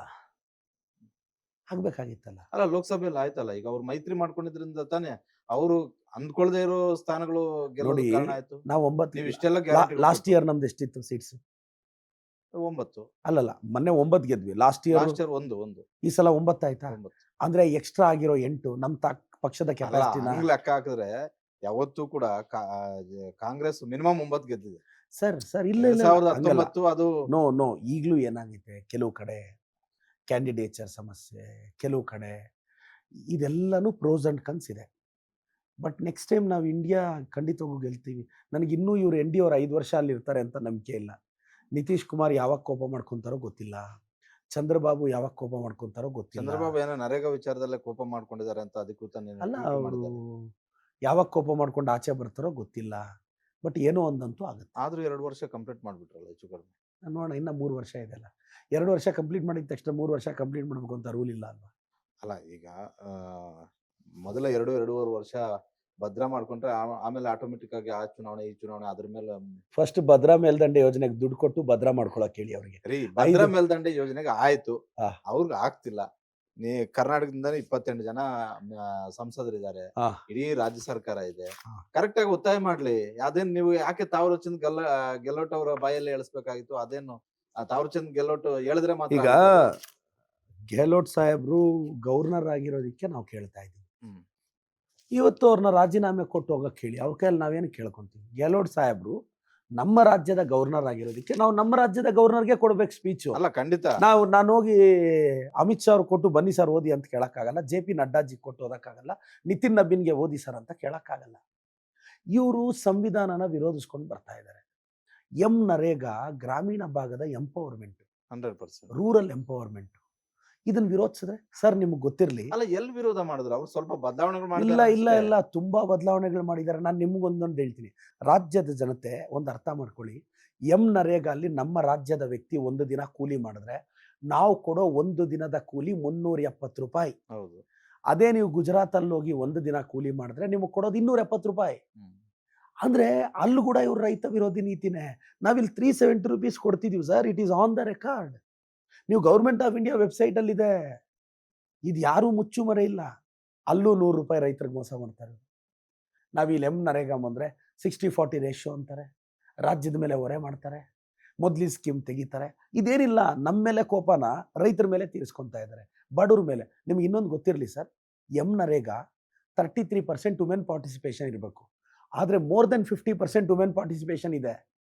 ಇದು ರಾಜ್ಯದ ಜನತೆ 2005 UPI 1 ಇದ್ದಾಗ ನಾವು ತಂದಿದ್ದು, Yes. 2006 ಮನಮೋಹನ್ ಅಲ್ಲಿ ಆಯ್ತು. ನರೇಗಾನ ಯುನೈಟೆಡ್ ನೇಷನ್ಸ್ ಒಪ್ಕೊಂಡಿದೆ, ಇಂಟರ್ನ್ಯಾಷನಲ್ ಲೇಬರ್ ಆರ್ಗನೈಸೇಷನ್ ಒಪ್ಕೊಂಡಿದೆ, UNDP United Nation Development Programme ಒಪ್ಕೊಂಡಿದೆ, ಸ್ಟ್ಯಾನ್ಫರ್ಡ್ ಯೂನಿವರ್ಸಿಟಿ, ಲಂಡನ್ ನಲ್ಲಿ ಕಿಂಗ್ಸ್ ಯೂನಿವರ್ಸಿಟಿ, ಹೌದು. ಕಿಂಗ್ಸ್ ಕಾಲೇಜ್, ಇವರೆಲ್ಲರೂ ಇದ್ರ ಬಗ್ಗೆ ಮಾತಾಡ್ತಿದ್ದಾರೆ. ಇವ್ರಿಗೆ ಹೊಟ್ಟೆ ಉರಿದೋಯ್ತು. ಏನಪ್ಪ ಇವ್ರು ಕಾಂಗ್ರೆಸ್ ತಂದಿರೋ ಕಾರ್ಯಕ್ರಮ ಇಷ್ಟು ಪಾಪ್ಯುಲರ್ ಆಗಿ ಹೋಗ್ತಿದೆ ಅಂತ ಹೆಸರು ಚೇಂಜ್ ಮಾಡಿ ಇವ್ರು ಕ್ಲೈಮ್ ಮಾಡ್ಕೊಳ್ಳೋದು. ಎಷ್ಟು ನ್ಯಾಯ ಇದು? ಅಲ್ಲ, ನೀವ್ ಹೇಳ್ತಿದ್ರ ಅವರು ಬಿಜೆಪಿ ಅವರು ಸಂವಿಧಾನ ವಿರೋಧಿ, ಜನ ವಿರೋಧಿ ಅಂತ, ಮಹಿಳಾ ವಿರೋಧಿ ಅಂತ ಹೇಳಿದ್ದಾರೆ. ಆದ್ರೆ ನಡೀತಾ ಇರುವಂತಹ ಎಲ್ಲಾ ವಿಧಾನಸಭಾ ಚುನಾವಣೆಗಳಲ್ಲಿ ಪದೇ ಪದೇ ಅವರೇ ಗೆಲ್ತಿದ್ದಾರೆ. 3 ಲೋಕಸಭಾ ಚುನಾವಣೆ ಗೆಲ್ದ್ರು. ಹಂಗಾದ್ರೆ ನಿಮ್ಗೆ ಅರ್ಥ ಆಗೋದು ಜನರಿಗೆ ಅರ್ಥ ಆಗ್ತಾ ಇಲ್ವಾ? ಈಗ ಮತದಾರರಿಗೆ ಅರ್ಥ ವೆರಿ ಆಗ್ತಾ ಇಲ್ವಾ? ಸಿಂಪಲ್. ಬಿಹಾರಲ್ಲಿ ವಾರ ಇದ್ದಾಗ 10,000 ಹಾಕ್ಬಿಟ್ರೆ ಅಕೌಂಟ್ಗೆ, ವಾರ ಇದ್ದಾಗ 10,000 ಅಕೌಂಟ್ಗೆ ಹಾಕ್ಬಿಟ್ರು. ಇದು ಪ್ರಾಮಾಣಿಕವಾದ ಎಲೆಕ್ಷನ್ನ? EVM ಟ್ಯಾಂಪರ್ ಆಗ್ತಿದೆ ಅಂತ ನಾವೆಲ್ಲ ಆರೋಪಿಸ್ತಿದೀವಿ. ಬಟ್ ಅದನ್ನ ಪ್ರೂವ್ ಮಾಡ್ತಿಲ್ಲ ಅಂತ. ಅದೇ ಮಾಡ್ತೀವಲ್ಲ, ವಿ ನೀಡ್ ಸಮ್ ಟೈಮ್ ಅಲ್ವಾ? ವಿ ನೀಡ್ ಸಮ್ ಟೈಮ್ ಅಲ್ವಾ? ಪ್ರೂವ್ ಮಾಡ್ತೀವಲ್ಲ, ನಾವು ಸುಮ್ಮನೆ ಇರ್ತೀವ? ನಮ್ಮ ಪರಮೋಚ್ಚ ನಾಯಕರು ರಾಹುಲ್ ಗಾಂಧಿ ಅವರು ಇದ್ರ ಬಗ್ಗೆ ಅಭಿಯಾನ ಸ್ಟಾರ್ಟ್ ಮಾಡಿದ್ದಾರೆ. ಇವತ್ತಲ್ಲ ನಾಳೆ ಇದಕ್ಕೆ ಉತ್ತರ ಸಿಕ್ಕೇ ಸಿಗುತ್ತೆ. ಅಲ್ಲ, EVM ಯಾಕೆ ಮಾಡೋದೇ ಆಗಿದ್ರೆ ನಾನು ನೇರವಾಗಿ ಕೇಳ್ಬಿಡ್ತೀನಿ. ಒಬ್ಬ ಬಡವ ಹುಡುಗ, ಅತ್ಯಂತ ಹಿಂದುಳಿದ ಹುಡುಗ ಪ್ರದೀಪ್ ಈಶ್ವರ್ ಹೆಂಗ್ MLA ಆಗ್ತಿದ್ರು ಚಿಕ್ಕಬಳ್ಳಾಪುರದಲ್ಲಿ? ನಾನು ಹೇಳೋದು, ಹಾಗಾದ್ರೆ ಅಲ್ಲಿ ಯಾಕೆ ಆಗಿಲ್ಲ? ನಮ್ಮ ವಾದ ಇಷ್ಟೇ, EVM ಮ್ಯಾಕ್ಸಿಮಮ್ ಕಡೆ ಟ್ಯಾಂಪರ್ ಮಾಡ್ಕೊಂಡಿದ್ದಾರೆ. ಇದು ಸತ್ಯಾಸತ್ಯತೆ ಆಚೆ ಬರಬೇಕು. ಯಾವುದೋ ಬ್ರೆಸಿಲಿಯನ್ ಮಾಡೆಲ್ ಫೋಟೋ ತಂದು ನೀವು 27-28 ಕಡೆ ವೋಟರ್ ಲಿಸ್ಟಲ್ಲಿ ಸೇರಿಸಿದ್ರೆ ಇದು ವೋಟ್ ಚೋರಿ ಅಲ್ವಾ? ಇವರಿಗೆ SIR ಮಾಡ್ತಿದ್ದಾರೆ, ಅದರಲ್ಲಿ ತುಂಬ ವೋಟ್ ಡಿಲೀಟ್ ಆಗ್ತಿದೆ. ಇದು ಕಾನೂನು ವಿರುದ್ಧ ತಾನೆ? ನಾವು ಇದನ್ನ ಎಲೆಕ್ಷನ್ ಕಮಿಷನ್ಗೆ ದಾಖಲೆ ಸಮೇತ ಕೊಡ್ತಿದ್ವಿ ತಾನೆ. ಇದನ್ನ ಡಿನೈ ಮಾಡ್ಬಿಟ್ರೆ, ಎಲ್ಲೋ ಒಂದು ಕಡೆ ಅಂದ್ಬಿಟ್ರೆ, ಒಂದು ಹೋಟೆಲ್ ಗೆದ್ದಿರೋರು ಸೋತಿರೋರು ನೀವು ನೋಡಿಲ್ವಾ? ಅಲ್ಲ, ಖಂಡಿತ. ಕೇಂದ್ರದವರು ರಾಜ್ಯದ ಜೊತೆ ಆಟ ಆಡ್ತಿದ್ದಾರೆ. ನಾವು ಕೇಳೋ ಯಾವ ಅನುದಾನನೂ ಅವ್ರು ಕೊಡಕ್ಕಾಗ್ತಿಲ್ಲ. They are literally they are against us. ಈಗ ಅಲ್ಲ, ನಾನು EVM ಇನ್ನೊಂದು ಕೇಳ್ಬಿಡ್ತೀನಿ. ಹಾ. ನೀವು EVMದು ರಾಹುಲ್ ಗಾಂಧಿ ಅವರು ಒಂದು ಅಭಿಯಾನನ ಶುರು ಮಾಡಿದ್ರು. EVM ಮತಗಳ ತನ ಆಗ್ತಿದೆ ಅಂತ. ಆದ್ರೆ ನಿಮ್ಮ ಪಕ್ಷದಲ್ಲೇ ಎರಡೆರಡು ರೀತಿಯಾದಂತ ಅಭಿಪ್ರಾಯಗಳು ವ್ಯಕ್ತವಾದವು. ಯಾರು ಎರಡು ಅಭಿಪ್ರಾಯ ಕೊಟ್ಟವ್ರೆ? ಇಂಡಿ ಒಕ್ಕೂಟದಲ್ಲಿ ಹಾ. ಒಂದಷ್ಟು ಜನರು ನಾವು ಅದೇ EVMಗಳಿಂದ ಗೆದ್ದು ಬಂದಿದ್ವಿ, ನಾವು ಅದಕ್ಕೆ ಸಾಥ್ ಕೊಡಲ್ಲ ಅಂತ ಹೇಳ್ಬಿಟ್ಟು ಮಹಾರಾಷ್ಟ್ರದಲ್ಲಿ ಹೇಳಿದ್ರು. ಸರ್, NCP ಯಾರ್ದೋ ಒಬ್ಬರ ಇಬ್ಬರ ಅಭಿಪ್ರಾಯ ಇದು ಅಭಿಪ್ರಾಯ ಅಲ್ಲ. ನಮ್ಮ ಪಾರ್ಟಿ ಅನ್ನೋದು ದೊಡ್ಡದು, ನಮ್ಗೊಂದು ದೊಡ್ಡ ಇತಿಹಾಸ ಇಲ್ಲೂ ಇದೆ. ರಾಜಣ್ಣನು ಹೇಳಿದ್ರಲ್ಲ ಅದನ್ನ. ಇಲ್ಲ ರಾಜಣ್ಣ ಸಾಹೇಬ್ರ ಹೇಳಿಕೆಯನ್ನ ಮಾಧ್ಯಮದವ್ರು ತಪ್ಪಾಗಿ ಅರ್ಥೈಸಿದ್ದಾರೆ. ರಾಜಣ್ಣ ಸಾಹೇಬ್ರು ಹೇಳಿದ್ದ ಶೈಲಿ ನಿಮ್ಗೆ ಇಷ್ಟ ಆಗದೆ ಇರ್ಬೋದು, ಬಟ್ ರಾಜಣ್ಣ ಸಾಹೇಬ್ರ ಹೇಳಿಕೆನ ಮಾಧ್ಯಮಗಳಿಗೆ ಇದು ಮಾಡಿದೆ. ಸೊ ರಾಜಣ್ಣ ಏನ್ ಸಾಹೇಬ್ ಹೇಳಿದಾರೆ ಅದನ್ನ ತೋರ್ಸವ್ರೆ. ಇಲ್ಲ ಅವ್ರು ಹೇಳಿದ್ದ ಇದನ್ನ ರಾಜಣ್ಣ ಸಾಹೇಬ್ರು ವಿರೋಧ ಏನು ಮಾತಾಡಿಲ್ಲ. ರಾಜಣ್ಣ ಸಾಹೇಬ್ರು ನಮ್ಮ ಪಕ್ಷದ ಸೀನಿಯರ್ ಲೀಡ್ರು, ಅವ್ರ ಪಕ್ಷದ ಬಗ್ಗೆ ಅಪಾರವಾದ ಗೌರವ ಇದೆ, ಅವ್ರ ಪಕ್ಷದ ನಿಷ್ಠೆಯಿಂದ ಇದ್ದಾರೆ. ರಾಹುಲ್ ಗಾಂಧಿ ಅವ್ರ ಮಾತನ್ನ ಖಂಡಿತವಾಗೂ ಫಾಲೋ ಮಾಡೋ ಲೀಡ್ರು. ಆದ್ರೆ ಆ ಸಂದರ್ಭದಲ್ಲಿ ಅವ್ರು ಹೇಳಿದ್ದ ಮಾತು ಖಂಡಿತವಾಗಿ ಫಾಲೋ ಮಾಡೋದ್ರಿಂದ ಅವ್ರು ಹಾಲಿದ್ದವ್ರು ಮಾಜಿ ಆದ್ರ ಅಷ್ಟೇ. ಇಲ್ಲ, ಹಂಗೇನಿಲ್ಲ. ಅದು ಹಾಗೇನಿಲ್ಲ, ಈಗ ಮತ್ತೆ ಕ್ಯಾಬಿನೆಟ್ಗೆ ಬರ್ತಾರೆ ಅಂತ ಎಲ್ಲ ಟಾಕ್ ಇದೆ ಅಲ್ಲ. ನಾನು ಹೇಳೋದಿಷ್ಟೇ ಸರ್, ಬಿ ಜೆ ಪಿಯವರು ನಮ್ಮನ್ನು ವಿನಾಕಾರಣ ಟಾರ್ಗೆಟ್ ಮಾಡಿದ್ದಾರೆ. ನಾವು ಇದಕ್ಕೆ ಕೌಂಟರ್ ಮಾಡ್ತಿರ್ತೀವಿ, ಇವತ್ತಲ್ಲ ನಾಳೆ. ನಾವು ಕೇಳ್ತಿರೋದಿಷ್ಟೇ, ನಮಗೆ ಬರಬೇಕಾಗಿರೋ ಅನುದಾನ ನಮಗೆ ಕೊಡಿ ಅಷ್ಟೇ. ಬಿ ಕೆ ಹರಿಪ್ರಸಾದ್ ಸಾಹೇಬ್ರಿಗೆ ಬಿ ಜೆ ಪಿಯವರು ಕ್ಷಮೆ ಕೇಳಬೇಕು. ಛಲವಾದಿಯವರನ್ನು ದೊಡ್ಡದಾಗಿ ಪತ್ರ ಬರೆದಿದ್ದಾರಲ್ಲ, ಹೌದು. ಛಲವಾದಿಯವರು ದೊಡ್ಡದಾಗಿ ಪತ್ರ ಬರೆದು ಅದರಲ್ಲಿ ನನ್ನ ಹೆಸರು ಬರೆದಿದ್ದಾರೆ. ಅವರು ಕ್ಷಮೆ ಕೇಳಬೇಕು ಬಿ ಕೆ ಹರಿಪ್ರಸಾದ್ ಸಾಹೇಬ್ರಿಗೆ. ಗವರ್ನರು ಕ್ಷಮೆ ಕೇಳಬೇಕು. ಕ್ಷಮೆ ಕೇಳಲಿಲ್ಲ ಅಂದ್ರೆ ಕೇಳಬೇಕು. ನಾವು ಹೋರಾಟ ಮಾಡ್ತೀವಿ. ನಿಮ್ದೇ ಸರ್ಕಾರ ಇದ್ಕೊಂಡು ಏನ್ ಸರ್ಕಾರದ ವಿರುದ್ಧ ಮಾಡ್ತೀರಾ ಹೋರಾಟ? ಬಿಜೆಪಿ ಅವ್ರ ವಿರುದ್ಧ ನಾವು ಏನಂತ ಮಾಡ್ತೀರಾ? ಬಿಜೆಪಿ ಗವರ್ನರ್ ವಿರುದ್ಧ, ಬಿಜೆಪಿ ಸರ್ಕಾರದ ಡಿಕ್ಟೇಟರ್ಶಿಪ್ ವಿರುದ್ಧ ಮಾಡ್ತೀವಿ. ಯಾಕೆ ಮಾಡಬಾರ್ದ? ಪ್ರಜಾಪ್ರಭುತ್ವದಲ್ಲಿ ಕಾನೂನು ಆಯ್ತು, ರಾಷ್ಟ್ರಪತಿ ಭವನ ಚಲೋ ಮಾಡಿ, ರಾಜ್ಯಪಾಲರು ಸರಿ ಇಲ್ಲ ಅಂತ ಹೇಳ್ಬಿಟ್ಟು ಅದು ಹೋಗ್ತೀವಿ. ಬಿಟ್ಟು ಇಲ್ಲಿ ಈಗ ನಮ್ಮ ರಾಜ್ಯದಲ್ಲಿ ಒಂದು ನಿಮಿಷ ಸರಾಗವಾಗಿ ಬಿ ಕೆ ಹರಿಪ್ರಸಾದ್ ಸಾಹೇಬ್ರಿಗೆ ಅವ್ರು ಕ್ಷಮೆ ಕೇಳಲಿಲ್ಲ ಅನ್ಕೊಳ್ಳಿ, ಮುಂದಿನ ದಿನಗಳಲ್ಲಿ ನಮ್ಮ ಪಕ್ಷನೆಲ್ಲ ಮಾತಾಡಿ ಮಾಡ್ತೀವಿ. ನಿಮ್ಮ ಹತ್ರ ಎರಡೆರಡು ಆಪ್ಷನ್ ಇತ್ತು. ಒಂದು, ರಾಜ್ಯಪಾಲರು ಸರಿಯಾಗಿ ಭಾಷಣ ಓದಿಲ್ಲ ಅಂತ ರಾಷ್ಟ್ರಪತಿಗಳಿಗೆ ದೂರು ಕೊಡ್ಬೋದಾಗಿತ್ತು. ಅದಾದ ಬಳಿಕ ಸುಪ್ರೀಂ ಕೋರ್ಟ್ ಕದಾನ ಕೂಡ ನಾವೇನು ತಟ್ಟಬಹುದಾಗಿತ್ತು. ಅಲ್ಲಿ ಹೋಗಲ್ಲ ಅಂತ ಹೇಳ್ತಿಲ್ವೇ? ನಾವು ಸುಪ್ರೀಂ ಕೋರ್ಟ್ಗೂ ಹೋಗ್ತೀವಿ, ಪ್ರೆಸಿಡೆಂಟ್ಗೂ ಪತ್ರ ಬರೀತೀವಿ. ಅವಶ್ಯಕತೆ ಬಿದ್ದರೆ ನಮ್ಮ ಪಕ್ಷ ಹೇಳಿದ್ರೆ ಪ್ರೆಸಿಡೆಂಟ್ ಚಲನೂ ಮಾಡ್ತೀವಿ. ನಾವೇನು ಅದರಿಂದ ಹಿಂದೆ ಬರಲ್ವೇ? Yes sir. ಈಗ ಸರ್ಕಾರಕ್ಕೆ 2.5 ವರ್ಷ ಕಂಪ್ಲೀಟ್ ಆಯ್ತು. Yes. 3ನೇ ವರ್ಷ ಈಗ ರನ್ನಿಂಗು. ಹ್ಮ್. ಪ್ರದೀಪ್ ಈಶ್ವರ್ ಅವರು ಕಂಡಂತೆ ಹ್ಮ್. ಈ ರಾಜ್ಯದ ಮುಖ್ಯಮಂತ್ರಿಯಾಗಿ ಸಿದ್ದರಾಮಯ್ಯ ಅವರು ಇದ್ದಾರೆ. ಸಿದ್ದರಾಮಯ್ಯ ಬದಲಾವಣೆ, ಡಿ ಕೆ ಶಿವಕುಮಾರ್ ಆಗ್ತಾರೆ, ಪರಮೇಶ್ವರ್ ಅವರು ಆಗ್ತಾರೆ ಅಂತ. ಪ್ರದೀಪ್ ಈಶ್ವರ್ ಅವರ ಮನಸ್ಸಲ್ಲಿ ಯಾರಿದ್ದಾರೆ ಸರ್? ನಾನು ಒಬ್ಬ ಮನುಷ್ಯನಿಗೆ ಎಷ್ಟು ಕಣ್ಣಿರುತ್ತೆ? 2 ಕಣ್ಣಿರುತ್ತಲ್ಲ. ನನಗೂ 2 ಕಣ್ಣಿದೆ. ಒಂದು ಕಣ್ಣು ಹೆಸರು ಸಿದ್ದರಾಮಯ್ಯ ಸಾಹೇಬರು, ಇನ್ನೊಂದು ಕಣ್ಣು ಹೆಸರು ಡಿ ಕೆ ಶಿವಕುಮಾರ್ ಸಾಹೇಬರು. ನೀವು ನನಗೆ ಯಾರನ್ನೂ ಅವ್ರಿಗೆ ಬಿಟ್ಕೊಡ್ತಿಲ್ಲ, ನನಗೆ ಅಧ್ಯಕ್ಷರನ್ನೂ ಅವರಿಬ್ಬರು ಬಿಟ್ಕೊಡ್ತಿಲ್ಲ. ಬೇಕು. ನನಗೆ ಅವರಿಬ್ಬರು ಬೇಕು. ನಾನು ಇಬ್ಬರು ಪರ. ಮತ್ತೆ ಮುಖ್ಯಮಂತ್ರಿ ಯಾರಾಗಬೇಕು ಅಂತ ಡಿಸೈಡ್ ಮಾಡೋ ಅಷ್ಟು ಎತ್ತರಕ್ಕೆ ನಾನು ಬೆಳೆದಿಲ್ಲ. ನಾನು ಇಬ್ಬರ ಹತ್ರನೂ ಮನವಿ ಇಟ್ಟಿದ್ದೀನಿ, ಕ್ಯಾಬಿನೆಟ್ ರೀಶಫಲ್ ಅಲ್ಲಿ ಸಾಧ್ಯ ಆದರೆ ಒಂದು ಅವಕಾಶ ಕೊಡಿ ಅಂತ. ಅದ್ ಯಾವಾಗ್ಲೂ ಹೇಳ್ತಿರಲ್ಲ ನೀವು. ಅದ್ ಹೆಂಗೆ ಫಸ್ಟ್ ಟರ್ಮ್ ಗೆದ್ದು ಬಂದಿದ್ದೀರಾ? ಬಹಳ ಹುಮ್ಮಸ್ಸಿಂದ, ಬಹಳ ಉತ್ಸಾಹದಿಂದ ಹೇಳ್ತಾರೆ, ಈಗ ನಾನು ಹಾಗೆ ಆಗ್ತೀನಿ. ಹೆಂಗಿದು ಅಂತ? ಹಾಗೆ ಈಗ ಎಕ್ಸಾಮ್ಗೆ ಹೋಗ್ತೀವಿ ಸರ್, ಓದ್ಕೊಂಡು ರ್ಯಾಂಕ್ ಬರುತ್ತೆ ಅಂತಾನೆ ಹೋಗ್ತೀವಿ. ಹೌದು. ಸ್ಟೇಟ್ ರ್ಯಾಂಕ್ ಬರುತ್ತೆ, ಡಿಸ್ಟಿಂಕ್ಷನ್ ಬರುತ್ತೆ ಅಂತ ಈಗ ಹೋಗ್ತೀವಿ. ನೀವು PUC ಡಿಗ್ರಿ ಎಕ್ಸಾಮ್ ಕಂಪೇರ್ ಮಾಡಬೇಡಿ ಪೊಲಿಟಿಕ್ಸ್. ಅಲ್ಲ ನಾನೇನು ಅಂದರೆ, ಕ್ಲಾಸ್ ರೂಮಲ್ಲೇ ನಾನು 25 ದಿನದಲ್ಲಿ ಎಲೆಕ್ಷನಲ್ಲಿ ಗೆದ್ದು ಬಂದವನು. ನನ್ನ ರಾಜಕೀಯ ಚಾಣಾಕ್ಷತನೂ ಸ್ವಲ್ಪ ಇದು ಸ್ಟೇಟು ಗಮನಿಸಬೇಕು. ನಾನು ವೆರಿ ಸಿಂಪಲ್. ಅಲ್ಲ, ಆ ವಿಚಾರದಲ್ಲಿ ಬಂದ್ರೆ ಅಮಿತ್ ಶಾ ಮತ್ತೆ ಡಿ ಕೆ ಶಿವಕುಮಾರ್ ಗಿಂತ ನೀವು ಚಾಣಾಕ್ಷನ ಬಿಡಿ. ಅದು ಚಿಕ್ಕಬಳ್ಳಾಪುರದಲ್ಲಿ ಗೆದ್ದು ಬರ್ಬೇಕಂದ್ರೆ, ಹಾ. ಯಾಕಂದ್ರೆ ಬಿಜೆಪಿಯಲ್ಲಿ ಚಾಣಾಕ್ಷ ಅಂದ್ರೆ ಎಲೆಕ್ಷನ್ ಚಾಣಾಕ್ಷ, ನಾನಂತ ಹೇಳ್ತಿಲ್ಲ, ಟ್ರೆಂಡ್ ಇರೋದು. ಅಮಿತ್ ಶಾ ಅಂತಾರೆ, ಕಾಂಗ್ರೆಸ್ ಅಲ್ಲಿ ಡಿ ಕೆ ಶಿವಕುಮಾರ್ ಅಂತಾರೆ. ಚಿಕ್ಕಬಳ್ಳಾಪುರಕ್ಕೆ ಹೋಲಿಕೆ ಮಾಡ್ಕೊಳ್ಳೋದಾರೆ ಇವರೇ ಚಾಣಾಕ್ಷ. ನಾನು ಅದನ್ನ ಇಲ್ಲ ಅಂತ ಹೇಳೋದಿಲ್ಲ. Yes. ಯಾಕಂದ್ರೆ 15-20 ದಿನ ನಿಮ್ಗೆ ಟೈಮ್ ಇತ್ತು. ನಾವು ಕೂಡ ಎಕ್ಸ್ಪೆಕ್ಟ್ ಮಾಡಿರಲಿಲ್ಲ. ನಾನು ಆಸ್ ಎ ರಿಪೋರ್ಟರ್ ಆಗಿ ಕೂಡ ಈಗ ಮಿನಿಸ್ಟರ್ ಆಗ್ತೀನಿ ಅಂತ ನೀವು ಎಕ್ಸ್ಪೆಕ್ಟ್ ಮಾಡ್ತಿದ್ರೆ ಇಲ್ವಾ? ನನಗೆ ಅಲ್ಲ, ಯೂತ್ಸ್ ಅನ್ನ ಕನ್ಸಿಡರ್ ಮಾಡಿದ್ರೆ ಆಗ್ಬೋದು. ಯಾಕೆ ಈ ಹಿಂದೆ ಬಹಳಷ್ಟು ಜನ ಆಗಿದ್ದಾರೆ. ನಾನು ಕೇಳ್ತಾ ಇರೋದಿಷ್ಟೇ, ಯೂತ್ ಕೋಟಾ ಅಲ್ಲಿ ಕೊಡಂಗಿದ್ರೆ ಕೊಡಿ, ಕೊಡ್ಲಿಲ್ಲ ಅಂದ್ರೂ ಪ್ರಾಬ್ಲಮ್ ಇಲ್ಲ. ಯಾರು ಕೊಟ್ರು ನಾನೇ ರಾಜಭವನಕ್ಕೆ ಹೋಗಿ ಪ್ರಮಾಣ ವಚನ ಸ್ವೀಕರಿಸ್ತೀನಿ ಅಂತ ನಂಬಿಕೆ ಇದೆ. ಇಲ್ವಾ? ನನ್ನ ಸ್ನೇಹಿತರ ಪ್ರಮಾಣ ವಚನಕ್ಕೆ ಹೋಗ್ತೀನಿ, ತಪ್ಪೇನಿದೆ? ಈ ಸಲ ಆಗ್ಲಿದ್ರೆ ಮುಂದಿನ ಸಲ ಆಗ್ತೀನಿ. ಅಕಸ್ಮಾತ್ ಆಗೋದ್ರೆ ಒಟ್ನಲ್ಲಿ ಈ ಮನವಿ ಸಿದ್ದರಾಮಯ್ಯ ಮತ್ತೆ ಡಿ ಕೆ ಶಿವಕುಮಾರ್ ಮುಂದೆ ಕೇಳಿದ್ದೀನಿ, ಇಬ್ಬರನ್ನು ಕೇಳಿದ್ದೀನಿ, ಮನವಿ ಸಲ್ಲಿಸಿದ್ದೀನಿ. ನೋಡೋಣಪ್ಪ ಅಂತಿದ್ರೆ ಯುವಕರ ಕೋಟಾದಲ್ಲಿ ಒಬ್ರಿಗೋ ಕೊಟ್ರೆ ನನಗೂ ಅವಕಾಶ. ಕೊಡ್ಲಿಲ್ಲ ಅಂದ್ರೂ ಸಮಸ್ಯೆ ಇಲ್ಲ. ನನ್ನ ಮುಖ್ಯಮಂತ್ರಿ, ನನ್ನ ಉಪಮುಖ್ಯಮಂತ್ರಿ, ನನ್ನ ಪಕ್ಷ ಹೆಂಗೆ ಹೇಳಿದ್ರೆ ಹಂಗೆ ಕೇಳ್ತೀನಿ. ಏನು ಆ ಥರ ಏನಿದೆ?